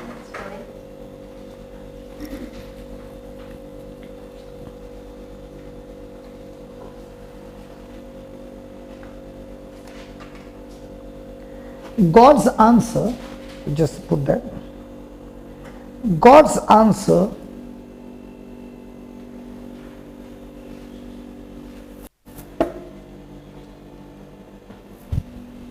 can you please write down? God's answer to your receiving knowledge, was to send the Holy Spirit. Now, you just saw her walking, right? If she had to come in the beginning of the class and I would pray the same prayer, it would not work. Why it would not work? Because first comes the preaching, by which the person gets the understanding from the seen to the unseen. That's why the preaching of the gospel is so very important. That's why Jesus did not say to the disciples, go to the ends of the earth and pray over everybody and make them disciples. It's not possible. The preaching of the gospel, the Holy Spirit comes and gives you the belief.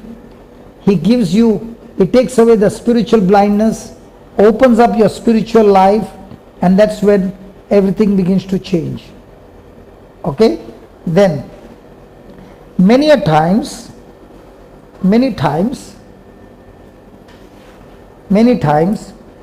instead of allowing the Holy Spirit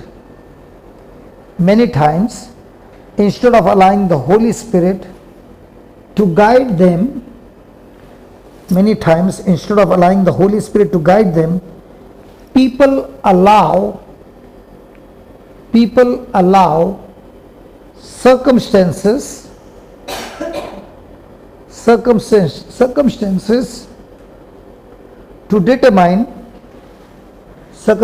to determine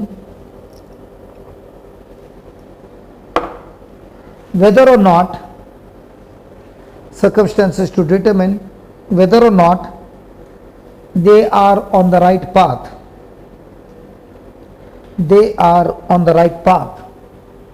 Is that right? All this time you allowed circumstances to lead you, not faith. So you accepted what was told, did not fight back, and that led to more and more of destruction. Is that right? Now what about Brother Dick? He also experienced that, but he would not allow the circumstance to have a hold.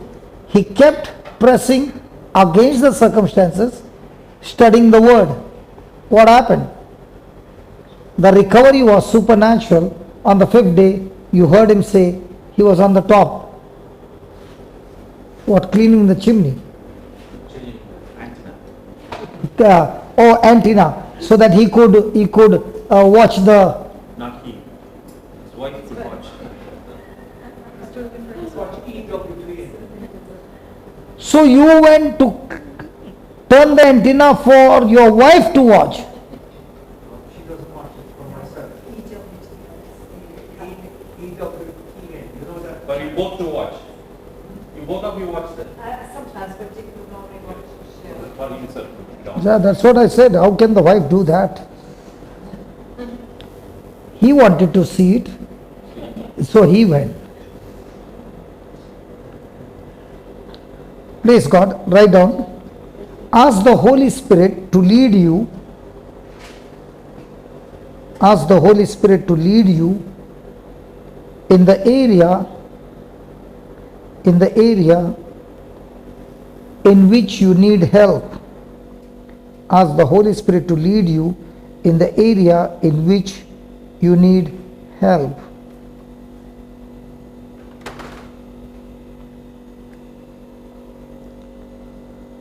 Don't think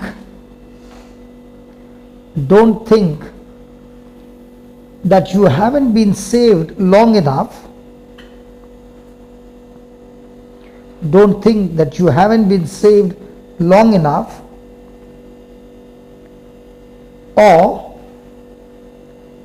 that you won't be able. Don't think that you haven't been saved long enough, or that you won't be able to know when the Holy Spirit is speaking.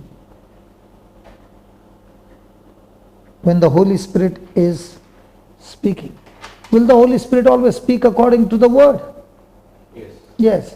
Did he say when we look into the mirror? Now, did I show the mirror before the healing? Did I show the mirror about Abraham and Sarah? Did I show the mirror that their condition was worse than us? And if they consider God is faithful to his promise, and she considers the same, now will that same mirror give her the power into action? So does it take, after 10 years I will understand, oh, the Holy Spirit is talking, or the Holy Spirit will always talk based on the written word? So the more and more you have the written word, from the written word, the Holy Spirit will reveal to you the secrets and the mysteries that are hidden from the world. Amen? So Father, I thank you, we praise you, Lord. How wonderful it is that you teach us the word, then you demonstrate the word with accompanying signs and wonders. Thank you, Father. All glory and praise to you, Father.